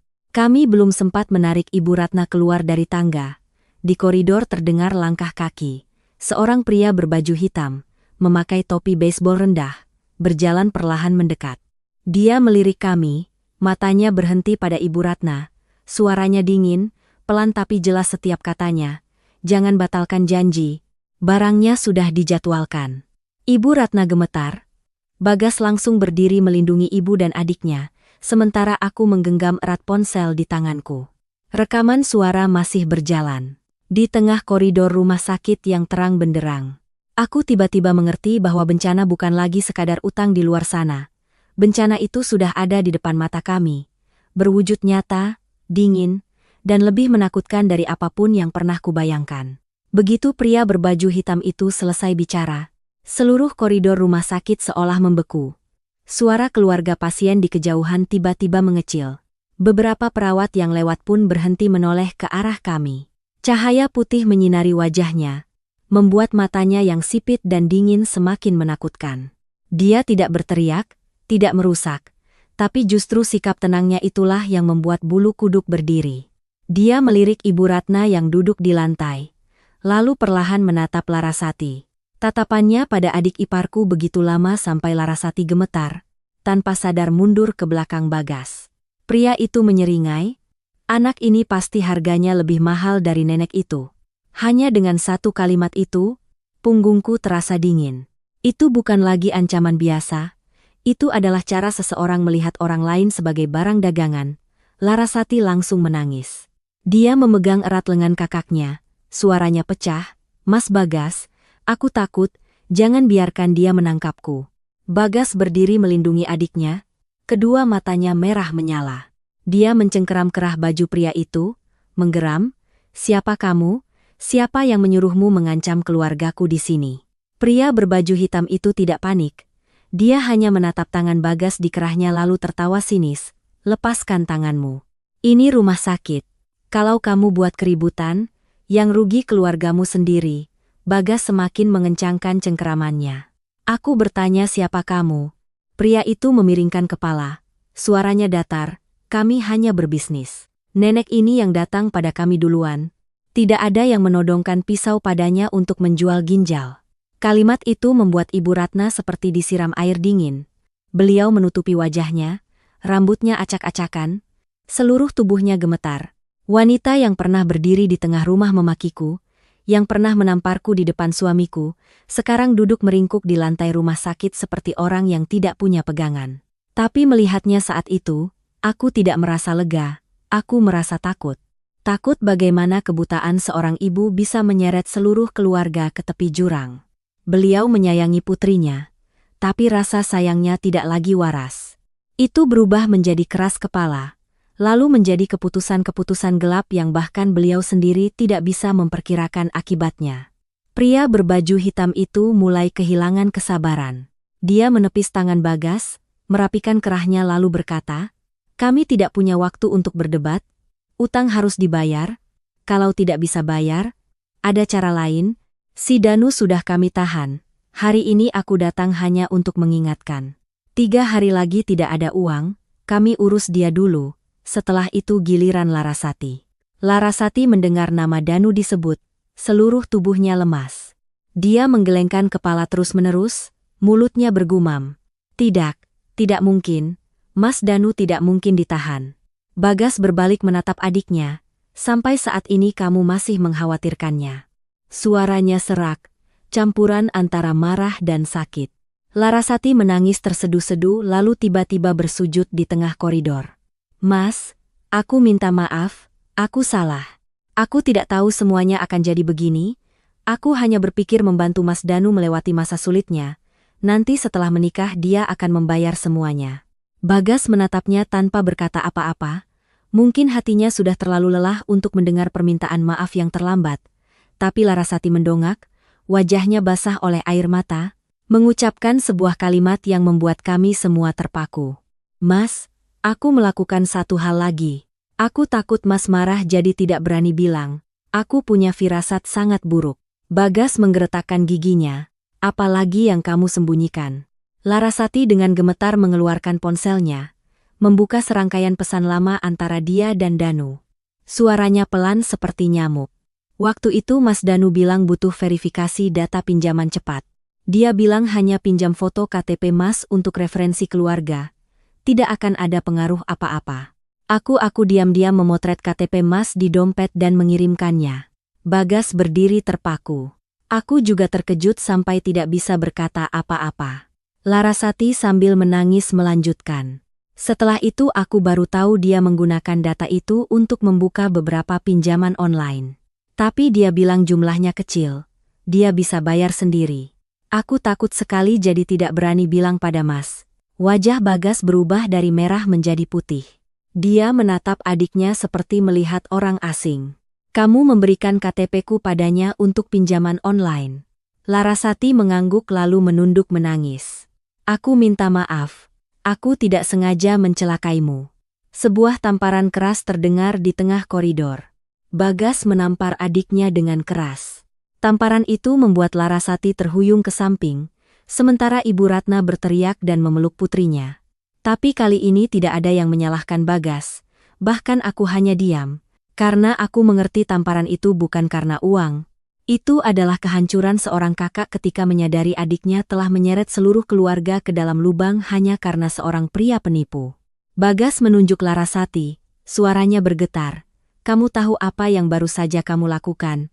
Kamu menyeret seluruh keluarga ke dalam lubang hanya karena seorang pria sampah. Kamu membuat ibu kehilangan semua asetnya, membuat ayah masuk UGD, membuat istriku dituduh, ditampar, dihina. Sekarang kamu bahkan menggunakan dataku untuk meminjam. Sebenarnya di matamu keluarga ini apa?" Larasati menangis tanpa suara.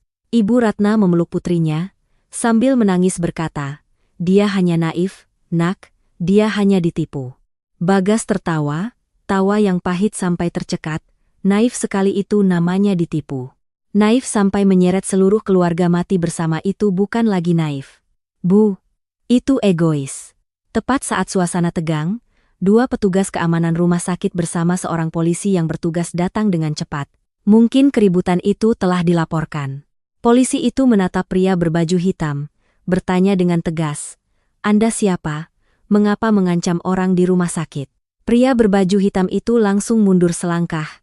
Dia tidak panik, tapi matanya menunjukkan kewaspadaan. Dia memperbaiki topinya, tertawa hambar. Salah paham saja, saya datang menagih utang pada kenalan. Aku langsung mengangkat ponselku, saya punya rekamannya. Dia mengancam keluarga saya, dan ada hubungannya dengan jual beli organ. Mendengar itu, raut wajah pria berbaju hitam itu sedikit berubah. Dia menatapku tajam, matanya seperti pisau. Sesaat, kukira dia akan maju merebut ponselku, tapi petugas keamanan sudah berdiri di depannya. Dia perlahan mundur ke arah lift lalu sebelum berbalik, dia menatap lurus ke arah Ibu Ratna dan Larasati, berkata perlahan, 3 hari, tidak ada uang, siapkan diri untuk mengambil mayat Danu. Jangan pikir bersembunyi di rumah sakit itu aman. Setelah berkata begitu, dia berjalan cepat ke ujung koridor. Menghilang di antara kerumunan, petugas keamanan mengejarnya, tapi saat sampai di lift dia sudah tidak ada. Larasati jatuh terduduk di lantai, menangis meraung-raung. Ibu Ratna memeluk putrinya sambil berteriak di tengah koridor rumah sakit yang ramai. Larasati, ibu yang mencelakaimu, ibu yang mencelakai seluruh keluarga. Tidak ada lagi yang berbisik-bisik. Semua mata yang menatap kami penuh dengan rasa prihatin dan takut. Aku berdiri diam di samping Bagas. Tanganku masih menggenggam erat ponsel berisi rekaman. Di depan pintu UGD, lampu merah masih menyala. Di dalam, Bapak Aditama belum tahu bagaimana nasibnya. Di luar, Ibu Ratna dan putrinya berpelukan menangis di tengah puing-puing yang mereka ciptakan. Dan aku mengerti dengan sangat jelas, mulai saat ini, di keluarga ini tidak akan ada lagi yang bisa berpura-pura tidak bersalah. Malam itu, setelah Bapak Aditama melewati masa kritis dan dipindahkan ke ruang perawatan, kami baru meninggalkan rumah sakit. Tidak ada yang saling bicara. Mobil Bagas melaju pelan di jalanan yang masih basah.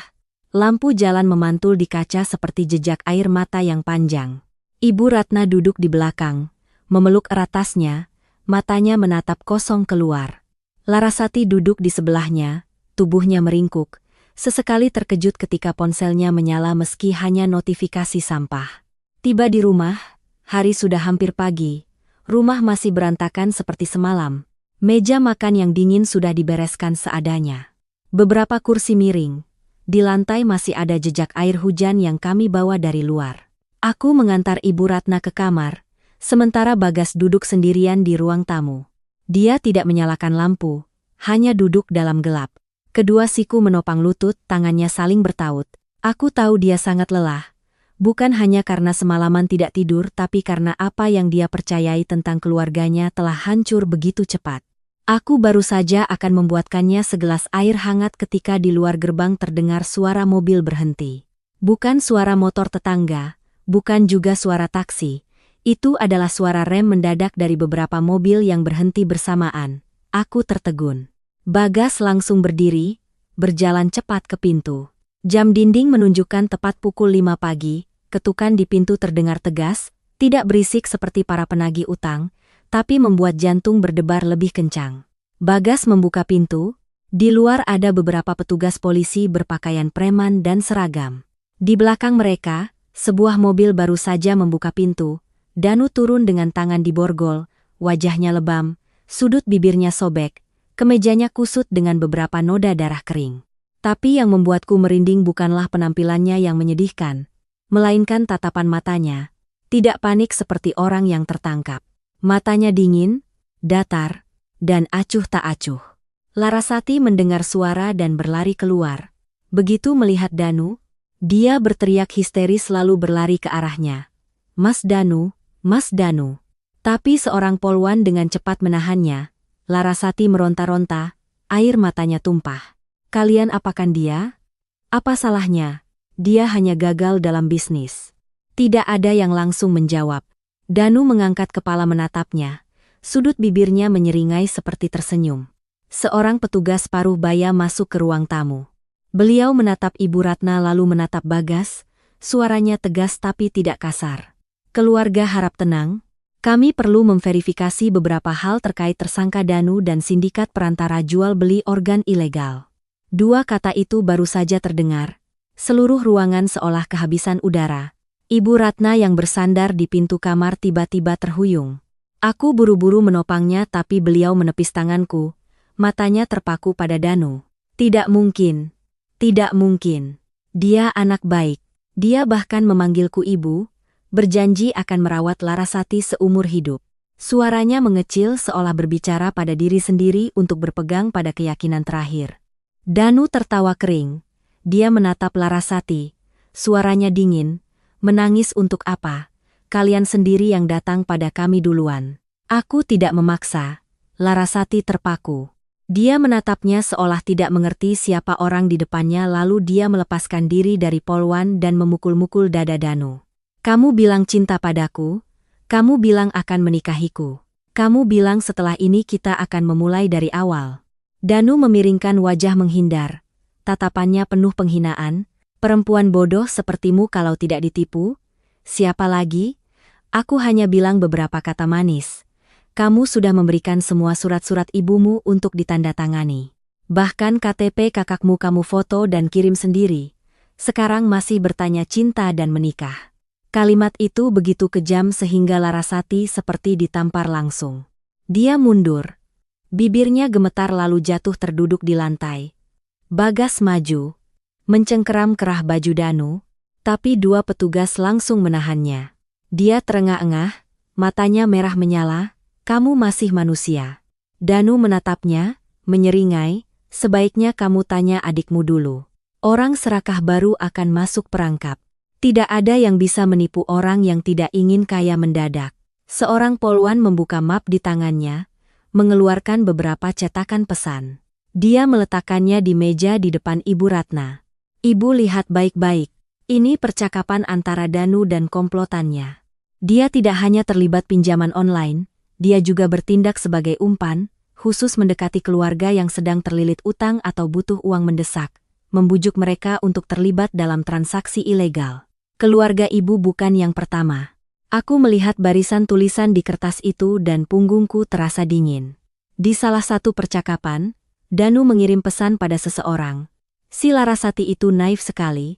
Ibunya serakah dan gila gengsi, bisa diperas lagi.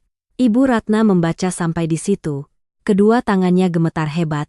Kertas itu jatuh dari tangannya ke lantai. Beliau tergagap. Dia bilang begitu tentang kami. Tidak ada yang menjawab karena jawabannya sudah ada di depan mata. Larasati merangkak mengambil kertas itu, membaca beberapa baris lalu menangis histeris. Tangisannya kali ini tidak lagi seperti merajuk, juga tidak lagi seperti ketakutan biasa. Itu adalah tangisan seseorang yang ditarik paksa dari mimpi yang selama ini dibelanya mati-matian. Dia memegangi kepalanya sambil terus bergumam, bukan Mas Danuku, dia tidak mungkin seperti itu, tapi guncangan terbesar belum berhenti. Petugas polisi menoleh pada Larasati, suaranya perlahan, rekening Anda telah menerima lebih dari 300 juta dari salah satu rekening dalam sindikat ini. Bagaimana Anda menjelaskannya? Larasati mengangkat kepala. Wajahnya pucat seperti kertas. Tidak, saya tidak tahu. Mas Danu bilang itu uang investasi yang transit sementara di rekening saya. Dia bilang agar lebih mudah memutar modal. Saya tidak tahu itu uang apa. Polwan itu bertanya lagi, apakah Anda menarik uang tunai atas permintaan Danu? Larasati terdiam. Keheningan itu membuat Ibu Ratna menoleh pada putrinya. Tatapannya hancur. Larasati, kamu menariknya. Larasati menutupi wajahnya dan menangis terseduh-seduh. Aku hanya menarik beberapa kali. Dia bilang butuh untuk membayar upah orang. Aku takut kehilangannya jadi aku menurut. Aku tidak tahu itu uang ilegal.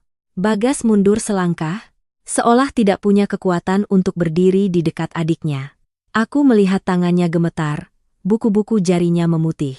Dia menatap Larasati, suaranya serak, kamu tidak tahu. Atau kamu tidak mau tahu. Seseorang mentransfer 300 juta ke rekeningmu, kamu menariknya dan memberikannya padanya, dan kamu bilang tidak tahu apa-apa. Larasati hanya bisa menangis tanpa bisa menjawab. Ibu Ratna tiba-tiba jatuh terkulai di kursi. Seluruh wajahnya muram. Beliau pernah berpikir beliau menyayangi putrinya. Pernah berpikir semua yang dilakukannya agar putrinya tidak diremehkan keluarga suami. Tapi sampai saat ini, Semua rasa sayang itu berubah menjadi tali yang menjerat Larasati dalam penyelidikan. Orang yang dikorbankannya dengan seluruh asetnya tidak hanya ditipu cinta dan uang, tapi juga berisiko menjadi mata rantai dalam sebuah kasus besar. Danu dibawa ke mobil. Sebelum pergi, dia masih menoleh pada Larasati, tersenyum sinis, "Urus dirimu sendiri, jangan seret aku lebih jauh." Hanya dengan satu kalimat itu, sisa harapan terakhir di mata Larasati padam. Dia jatuh ke lantai, menangis sampai tidak bisa bernapas. Ibu Ratna berlari memeluk putrinya, mulutnya terus memanggil, "Larasati, maafkan ibu yang mencelakaimu." Aku berdiri di samping Bagas, melihat pemandangan di depan mata dengan hati yang berat seperti batu. Langit di luar sudah mulai terang, tapi rumah kami menjadi gelap seolah baru saja disapu badai. Polisi masih harus mengambil keterangan, rekening masih harus dibekukan, aliran dana masih harus dilacak. Dan meskipun Larasati terus berkata dia tidak tahu, semua bukti saat ini perlahan dan dingin mengarah padanya. Setelah pemeriksaan dengan polisi, Larasati hampir kehilangan jiwanya. Dia dibawa pulang dalam keadaan sempoyongan, kedua matanya bengkak dan merah, rambutnya menutupi hampir separuh wajahnya. Begitu masuk rumah, dia tidak berkata apa-apa, hanya berjalan lurus ke kamarnya dan mengunci pintu. Suara kunci berbunyi klik, kering, seolah menutup sisa harapan di rumah ini. Di dalam kamar, tangisan Larasati terdengar, kadang keras kadang pelan, kadang tercekat, kadang menjadi isakan panjang. Dia terus menelepon Danu, awalnya dengan suara gemetar, "Mas tolong angkat, aku mohon," kemudian berubah menjadi teriakan. "Kamu bicara apa pada polisi? Jangan tinggalkan aku seperti ini." Tapi di seberang sana hanya terdengar nada sambung yang panjang dan sia-sia lalu mati. Akhirnya ponsel Danu tidak bisa dihubungi. Ibu Ratna duduk di luar kamar putrinya, punggungnya bersandar di dinding, kedua tangannya memeluk lutut. Hanya dalam beberapa hari, beliau seolah menua 10 tahun, rambutnya yang biasanya selalu dicat hitam dan rapi kini menunjukkan uban di akarnya. Matanya cekung, suaranya serak. Sesekali beliau mengetuk pelan pintu, memanggil, "Larasati, buka pintu untuk ibu, nak. Kamu marahi ibu, pukul ibu, tidak apa-apa, tapi jangan diam seperti ini." Tidak ada jawaban, hanya suara isak tangis dari dalam. Aku berdiri di tangga melihat pemandangan itu, hatiku terasa berat. Sejujurnya, setelah semua yang telah mereka lakukan padaku, jika ini terjadi sebelumnya, mungkin aku pernah berpikir suatu hari mereka harus menerima akibatnya. Tapi ketika hari itu benar-benar datang, aku tidak merasa puas, aku hanya merasa lelah. Lelah karena sebuah keluarga yang seharusnya bisa damai malah terseret terlalu jauh oleh keserakahan, pilih kasih, dan kebohongan. Ibu Ratna tiba-tiba melihatku. Beliau berdiri terhuyung-huyung, berjalan mendekat, lalu tiba-tiba menggenggam tanganku. Tangannya sedingin es. "Kinasih, ibu minta maaf." Aku tertegun. Ini pertama kalinya beliau memanggilku dengan nada lembut seperti itu. Beliau menangis, air mata mengalir melewati kerutan di sudut matanya. "Ibu salah. Ibu terlalu buta. Ibu pikir menyayangi Larasati berarti memberikannya segalanya. Ternyata ibu malah mencelakainya seperti ini." Aku menatapnya. Tenggorokanku tercekat. Aku tidak tahu harus berkata apa. Permintaan maaf saat ini sudah terlalu terlambat untuk menghapus tamparan, menghapus tahun-tahun diremehkan, apalagi menarik Larasati dari masalah hukum yang menjeratnya. Tapi melihatnya terpuruk di depanku, aku juga tidak tega mengucapkan kalimat pedas. Aku hanya berkata pelan, "Sekarang yang terpenting adalah menjaga Larasati agar tetap tenang. Semua urusan masih harus dikoordinasikan dengan polisi." Malam itu, hampir tidak ada yang tidur di rumah. Bapak Aditama masih harus dirawat di rumah sakit. Bagas bolak-balik antara rumah sakit dan rumah, matanya cekung. Aku menyuruhnya istirahat sebentar tapi dia hanya menggeleng. Setiap kali memejamkan mata, dia melihat ayahnya jatuh, melihat Larasati menangis, melihat ibunya bersujud di rumah sakit, dia tidak bisa tidur. Setelah berkata begitu, dia duduk diam di ruang tamu, bayangannya memanjang di bawah cahaya lampu kuning, begitu sepi hingga menyakitkan. Sekitar pukul 3 pagi, Aku sedang tertidur di sofa ketika tiba-tiba mendengar suara pelan di halaman. Suara gerbang besi yang dibuka perlahan, seolah ada yang mencoba tidak menimbulkan suara. Aku langsung membuka mata. Di rumah yang sedang tegang ini, suara sekecil apapun cukup membuatku terjaga. Aku bangkit, berlari keluar. Gerbang sedikit terbuka, sementara halaman kosong. Firasat buruk membuat jantungku berdebar kencang. Aku berlari ke atas dan menggedor keras pintu kamar Larasati. Larasati, kamu di dalam. Tidak ada jawaban. Aku memanggil lagi lalu memutar gagang pintu. Pintu tidak terkunci, kamar kosong, selimut tersingkap, jendela terbuka, tas Larasati hilang. Di atas meja rias, ponselnya tergeletak di samping secarik kertas kecil. Aku mengambilnya. Hanya ada beberapa kata yang ditulis dengan goresan gemetar. Aku sudah cukup menyusahkan semua orang. Kakiku terasa lemas. Aku langsung berteriak memanggil, Mas Bagas, Ibu, seluruh rumah menjadi panik. Ibu Ratna setelah membaca catatan itu berteriak histeris. Beliau membenturkan kepalanya ke dinding, sambil menangis dan berteriak, Larasati, jangan tinggalkan ibu. Ibu salah, pulanglah nak. Kamu mau ibu mati menggantikanmu juga tidak apa-apa, jangan berbuat nekat. Aku dan Bagas harus memeganginya erat-erat. Tubuhnya gemetar hebat, tangisannya parau. Bagas tidak sempat berganti baju, langsung mengambil kunci mobil dan berlari keluar. Aku mengikutinya. Sepanjang jalan, dia menyetir sambil menelepon kemana-mana. Teman-teman Larasati, salon tempatnya dulu bekerja, tempat-tempat yang sering dikunjungi Danu. Bahkan rumah sakit tempat Bapak Aditama dirawat, tidak ada yang tahu di mana Larasati. Menjelang pagi, kota begitu sepi dan menakutkan. Lampu-lampu jalan menyinari aspal yang basah, dingin seperti diselimuti kabut duka. Sekitar pukul 5 lebih, ponsel Bagas berdering, nomor dari kantor polisi. Dia menyalakan pengeras suara. Kemudinya sedikit goyah ketika mendengar orang di seberang berkata, kami baru saja menerima laporan, ada sebuah motor ditinggalkan di atas jembatan. Surat-surat di dalam jok atas nama Larasati. Keluarga harap segera datang untuk konfirmasi. Ibu Ratna yang mendengar kabar melalui teleponku langsung pingsan di ruang tamu. Aku harus memanggil tetangga untuk membantu. Sementara aku dan Bagas langsung menuju jembatan. Di perjalanan, Bagas memukul setir dengan keras. Suara keras bergema di dalam mobil yang sempit. Dia menangis. Untuk pertama kalinya aku melihat suamiku menangis seperti anak kecil yang tak berdaya. Kenapa semuanya jadi begini, Kinasih? Hanya dalam beberapa hari rumah kita hancur berantakan. Aku ingin menenangkannya tapi tenggorokanku tercekat. Aku juga takut sampai ujung jariku mati rasa. Ketika mobil masih beberapa ratus meter dari jembatan, ponselku tiba-tiba bergetar. Sebuah nomor tak dikenal mengirimkan video. Aku membukanya, dan saat itu juga, darahku seolah membeku. Di layar ada Larasati. Tangannya diikat ke kursi kayu, mulutnya ditutup lakban, rambutnya acak-acakan, wajahnya pucat karena ketakutan. Di belakangnya ada sebuah ruangan gelap, dindingnya kotor. Sebuah lampu kuning remang-remang tergantung di langit-langit. Suara seorang pria serak terdengar dari balik kamera, mau orangnya kembali, bawa uangnya. Jangan lapor polisi, kalau tidak, tinggal terima mayatnya. Video berakhir.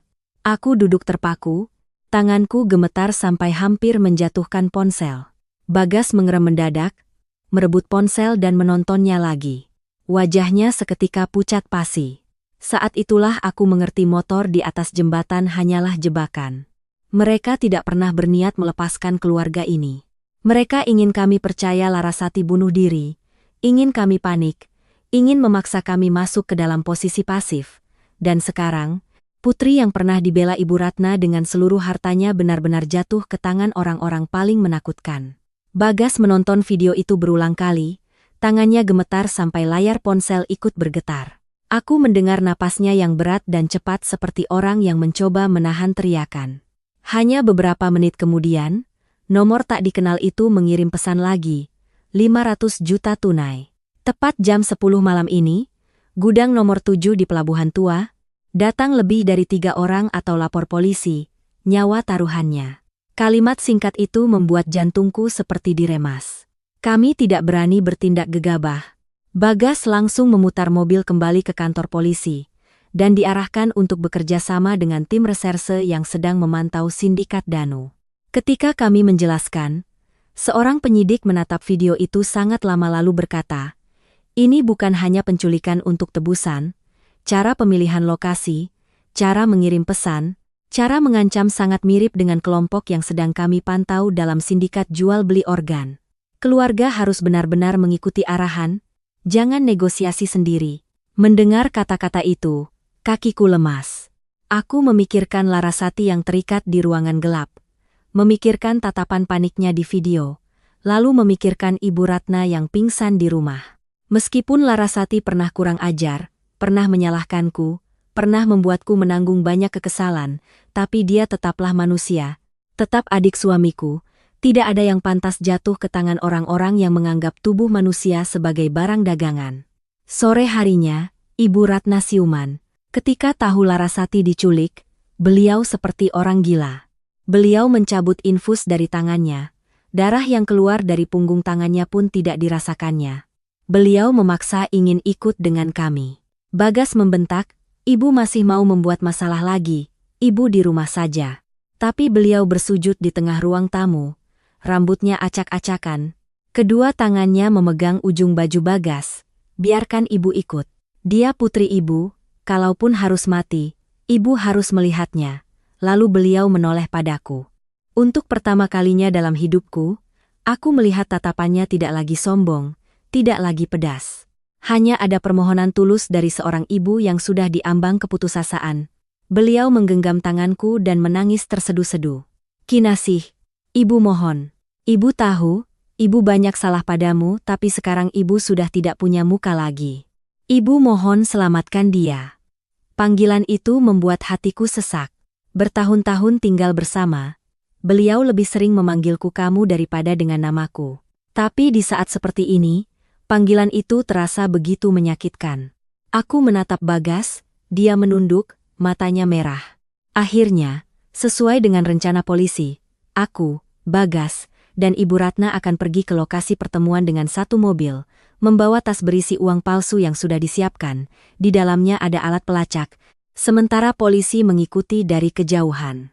Ibu Ratna diperintahkan untuk tidak berteriak, tidak maju sebelum ada perintah. Beliau mengangguk terus-menerus, tapi aku melihat tangannya yang gemetar di pangkuannya. Aku tahu begitu melihat putrinya, beliau bisa nekat. Gudang nomor 7 terletak jauh di dalam area pelabuhan tua, di mana deretan bangunan seng berkarat berdiri sunyi di tengah bau oli dan air asin. Malam tiba, angin dari laut bertiup kencang melalui celah-celah dinding yang retak, menciptakan suara-suara aneh seperti rintihan. Mobil kami berhenti agak jauh, Bagas membawa tas uang, sementara aku memapah Ibu Ratna. Kakinya lemas tapi beliau tetap berusaha berjalan, mulutnya bergumam, "Larasati, tunggu ibu." Pintu gudang sedikit terbuka. Di dalamnya gelap gulita, hanya ada satu bola lampu yang tergantung di tengah. Cahayanya yang kuning redup menyinari lantai semen yang kotor. Dan di tengah gudang, Larasati terikat di sebuah kursi besi. Wajahnya lebam, sudut bibirnya berdarah, rambutnya kusut menempel di pipi. Begitu melihat ibunya, Larasati menangis. Tapi mulutnya yang ditutup lakban hanya bisa mengeluarkan suara tercekik. Ibu Ratna hampir saja berlari maju, tapi aku menahannya. Dari dalam kegelapan, pemimpin mereka keluar, pria berbaju hitam yang sama di rumah sakit. Dia tertawa sinis, bertepuk tangan beberapa kali. "Keluarga ini sentimental sekali ya, demi satu anak bodoh datang beramai-ramai." Bagas menggeretakkan gigi dan melempar tas uang ke lantai. "Uangnya di sini, lepaskan adikku." Pria itu menendang pelan tas itu, tidak buru-buru mengambilnya.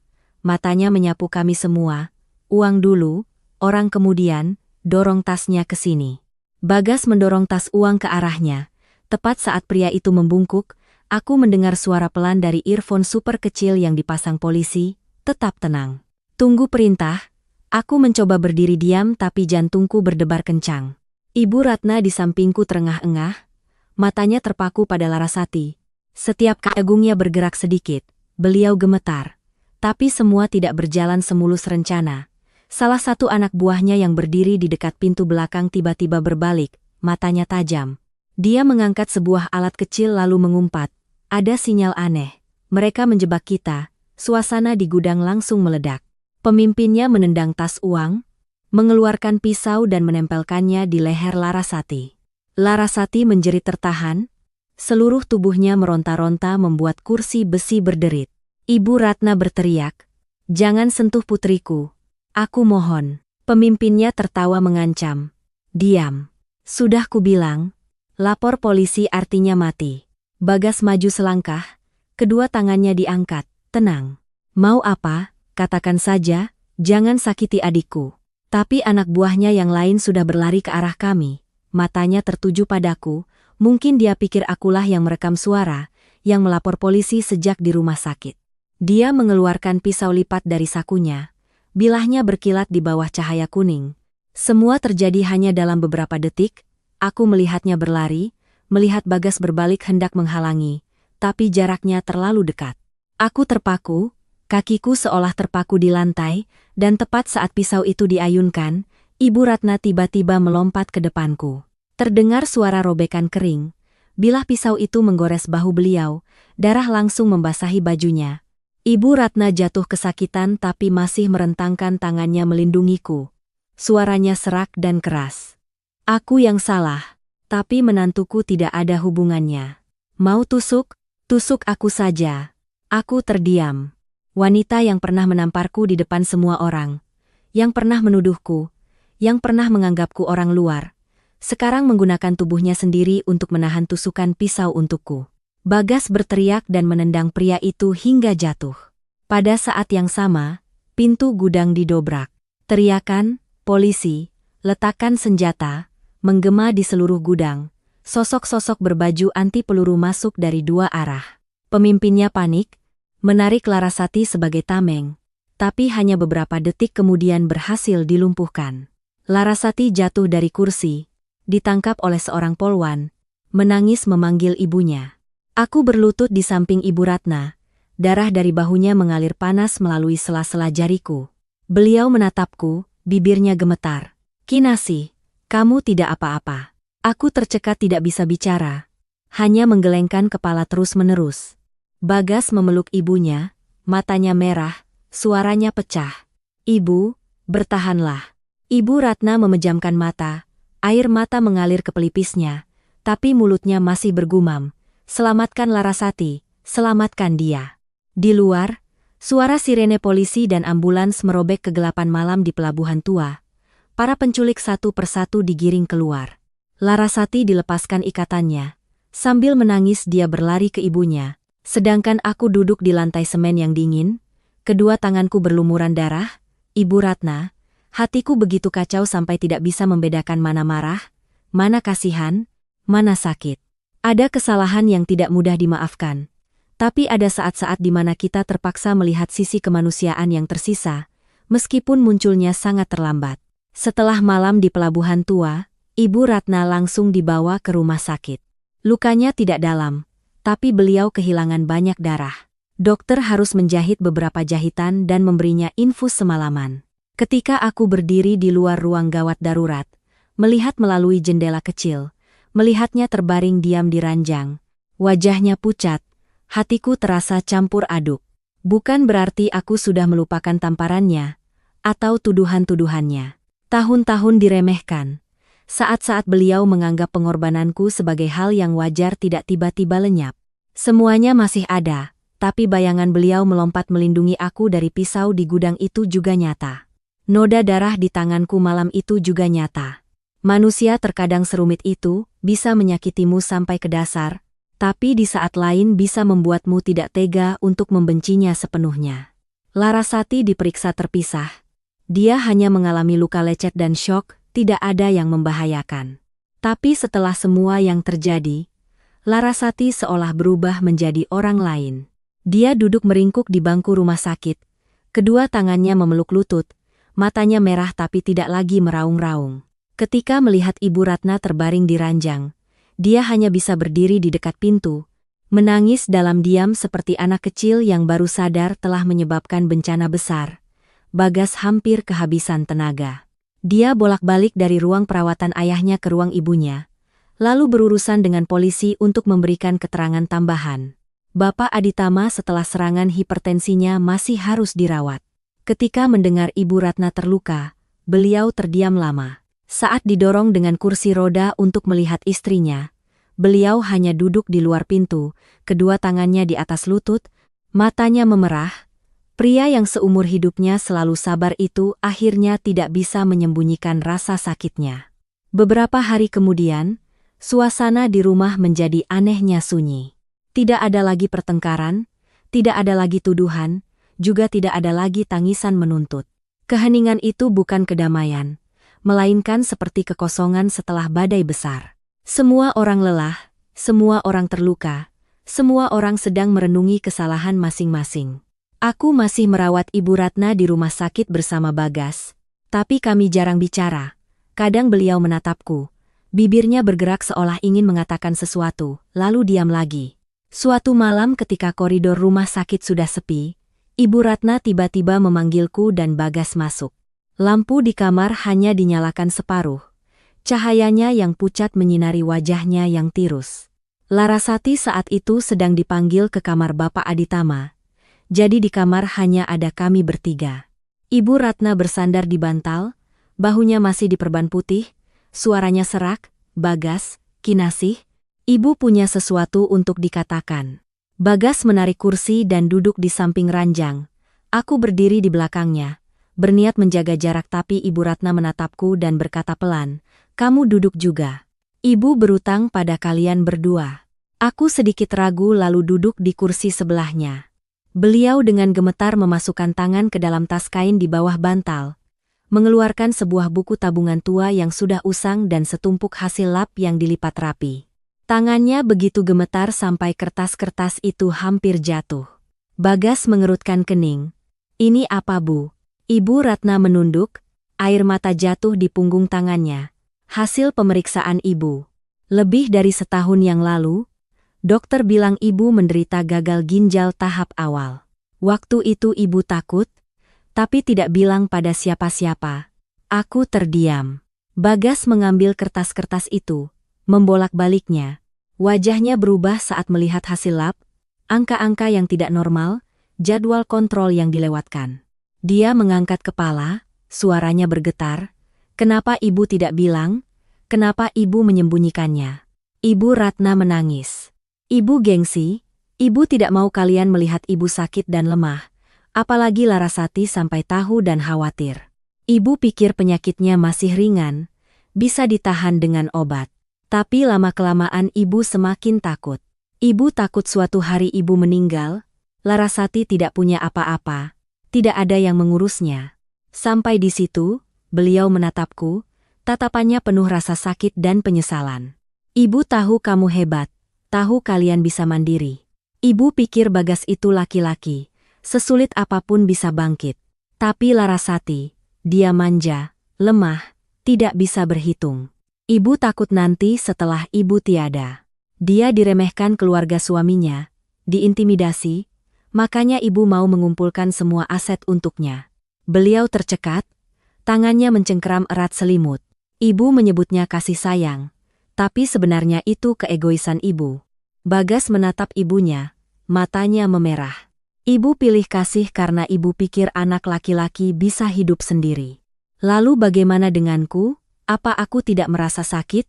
Dan Kinasih, apa Ibu pernah berpikir bagaimana perasaannya ketika Ibu tinggal dengannya, menikmati jerih payahnya, tapi menganggapnya orang luar?" Suaranya tidak keras tapi setiap kalimatnya terasa berat. Ibu Ratna menunduk, kali ini beliau tidak membantah, tidak menyalahkan, juga tidak menyebutku pemecah belah lagi. Lama sekali, baru beliau menoleh padaku. Matanya yang keruh karena air mata. "Kinasih, Ibu tidak pernah menganggapmu orang luar." Aku diam menatapnya. Kalimat itu jika diucapkan beberapa hari yang lalu mungkin akan terasa pahit. Tapi saat ini suaranya begitu serak dan lemah sehingga aku mengerti beliau sedang mencoba mengeluarkan kejujuran dari hatinya. Beliau melanjutkan, "Hanya saja Ibu terlalu egois dan bodoh. Ibu menerima perawatanmu tapi tidak menghargainya. Ibu takut kehilangan putri ibu, tapi malah menyakiti menantu ibu. Ibu salah. Aku menatap wanita yang lemah di ranjang itu. Tiba-tiba tenggorokanku tercekat. Di depanku bukan lagi ibu mertua sombong di meja makan waktu itu. Bukan lagi wanita yang menunjuk dan memakiku. Di depanku hanyalah seorang ibu yang buta karena ketakutan, karena gengsi, karena pilih kasih hingga menghancurkan keluarganya sendiri. Hal itu tidak menghapus kesalahan-kesalahannya, tapi itu membuatku mengerti akar dari semua masalah ini. Tepat pada saat itu, pintu kamar terbuka. Dokter yang bertanggung jawab masuk, membawa map baru. Wajahnya lebih serius dari biasanya. Bagas langsung berdiri. "Dokter, bagaimana keadaan ibu saya?" Dokter menatap Ibu Ratna lalu menatap kami. Suaranya perlahan. Hasil pemeriksaan terbaru menunjukkan fungsi ginjal Ibu Ratna menurun lebih parah dari perkiraan. Untuk sementara harus persiapan untuk cuci darah rutin. Keluarga harus memantau dengan ketat dan patuh pada pengobatan. Tidak boleh mangkir lagi seperti sebelumnya. Ruangan menjadi hening. Ibu Ratna memejamkan mata. Setetes air mata mengalir di pelipisnya. Bagas berdiri kaku.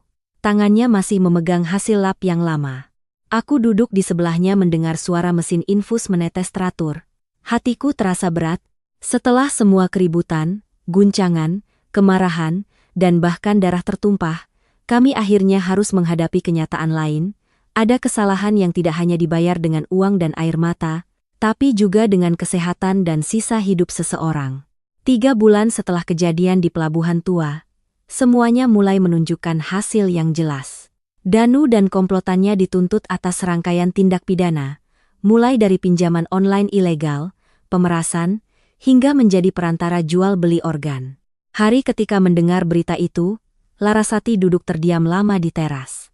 Dia tidak menangis histeris seperti dulu, juga tidak meneriakkan nama Danu lagi. Dia hanya menunduk, kedua tangannya saling bertaut, berkata dengan suara pelan, "Ternyata dari awal aku hanya orang bodoh." Polisi menetapkan Larasati sebagai korban yang dimanfaatkan. Belum cukup bukti untuk menuntutnya, tapi itu tidak berarti dia tidak harus membayar harga. Harga terbesarnya mungkin terletak pada harga dirinya yang hancur dan tatapan dari keluarganya. Setelah semua itu, Larasati bukan lagi adik ipar yang suka berdandan, suka tas mahal, dan suka berbaring di sofa menunggu dilayani. Dia memotong rambutnya menjadi pendek, menjual hampir semua barang mahalnya untuk membantu membayar utang, lalu melamar pekerjaan sebagai kasir di sebuah supermarket dekat rumah. Suatu kali sepulang kerja, aku mampir ke supermarket. Begitu sampai di kasir, aku melihat Larasati berdiri di sana dengan seragam birunya. Rambut pendeknya diikat rapi. Seorang pelanggan memarahinya karena salah memasukkan kode diskon, padahal itu bukan salahnya. Larasati hanya menunduk meminta maaf, menjelaskan dengan lembut, lalu mengeluarkan uang dari kantongnya sendiri untuk menutupi selisihnya agar pelanggan itu tidak ribut. Aku berdiri beberapa langkah darinya, teringat pada gadis yang dulu duduk santai di rumahku. Sambil berkata seorang menantu harus tahu diri, sementara matanya menganggap semua yang dilakukan orang lain untuknya adalah hal yang wajar. Larasati melihatku setelah pelanggan itu pergi. Dia sedikit kaku, wajahnya canggung seperti anak kecil yang kepergok saat lemah. Aku tidak banyak bertanya, hanya meletakkan sebotol air mineral di meja kasir dan berkata, "Bekerja seharian pasti lelah. Minumlah." Larasati mengambil botol air itu. Matanya memerah. Dia berbisik, "Terima kasih, Kak." Hanya 3 kata, tapi itu pertama kalinya aku mendengarnya tulus. Ibu Ratna setelah memulai cuci darah rutin juga banyak berubah. Beliau tidak lagi marah-marah jika ada yang tidak sesuai keinginannya. Tidak lagi mengomentari masakan. Tidak lagi duduk di ruang tamu menyuruhku ini itu. Di hari-hari ketika merasa lebih baik, beliau akan berjalan dengan tongkat ke dapur untuk menyiangi sayuran atau mencuci beras. Meskipun aku dan Bagas melarangnya, beliau berkata, "Ibu kerjakan apa yang bisa dikerjakan. Seumur hidup ibu sudah terlalu banyak dilayani." Ada kalanya aku pulang kerja terlambat, membuka pintu dan melihat lampu dapur masih menyala. Ibu Ratna duduk di meja makan, bahunya diselimuti syal tua. Di depannya ada semangkuk sup yang sudah dihangatkan. Melihatku, Beliau tidak bertanya kenapa pulang terlambat, juga tidak mengeluh seperti dulu. Beliau hanya berkata pelan, "Cuci tangan dulu, makan supnya biar hangat, ibu sudah panaskan." Pertama kali mendengar kalimat itu, aku berdiri terdiam lama di pintu dapur. Bukan karena sup itu berharga, tapi karena setelah bertahun-tahun menjadi menantu, aku baru menerima perhatian kecil yang tulus dari ibu mertuaku. Suatu sore ketika kami baru pulang dari rumah sakit, Ibu Ratna memanggilku.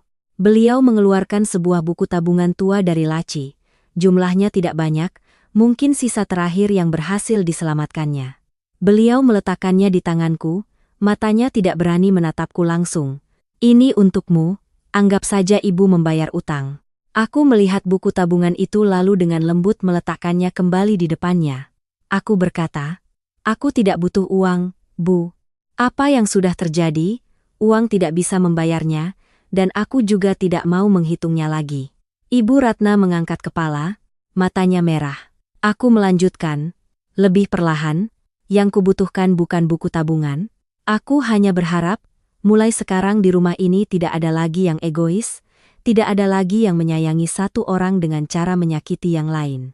Bapak Aditama duduk di ujung meja, diam-diam memalingkan wajah untuk menyeka air mata. Sejak kejadian itu, beliau menjadi lebih pendiam, tapi tatapannya padaku tidak lagi menghindar.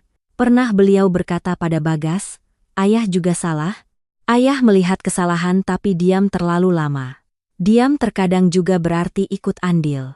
Aku mendengar kalimat itu dari luar pintu, hatiku terasa sedikit lebih ringan. Bukan karena ada yang meminta maaf padaku, tapi karena akhirnya di rumah ini kebenaran disebut dengan benar. Bagas juga berubah.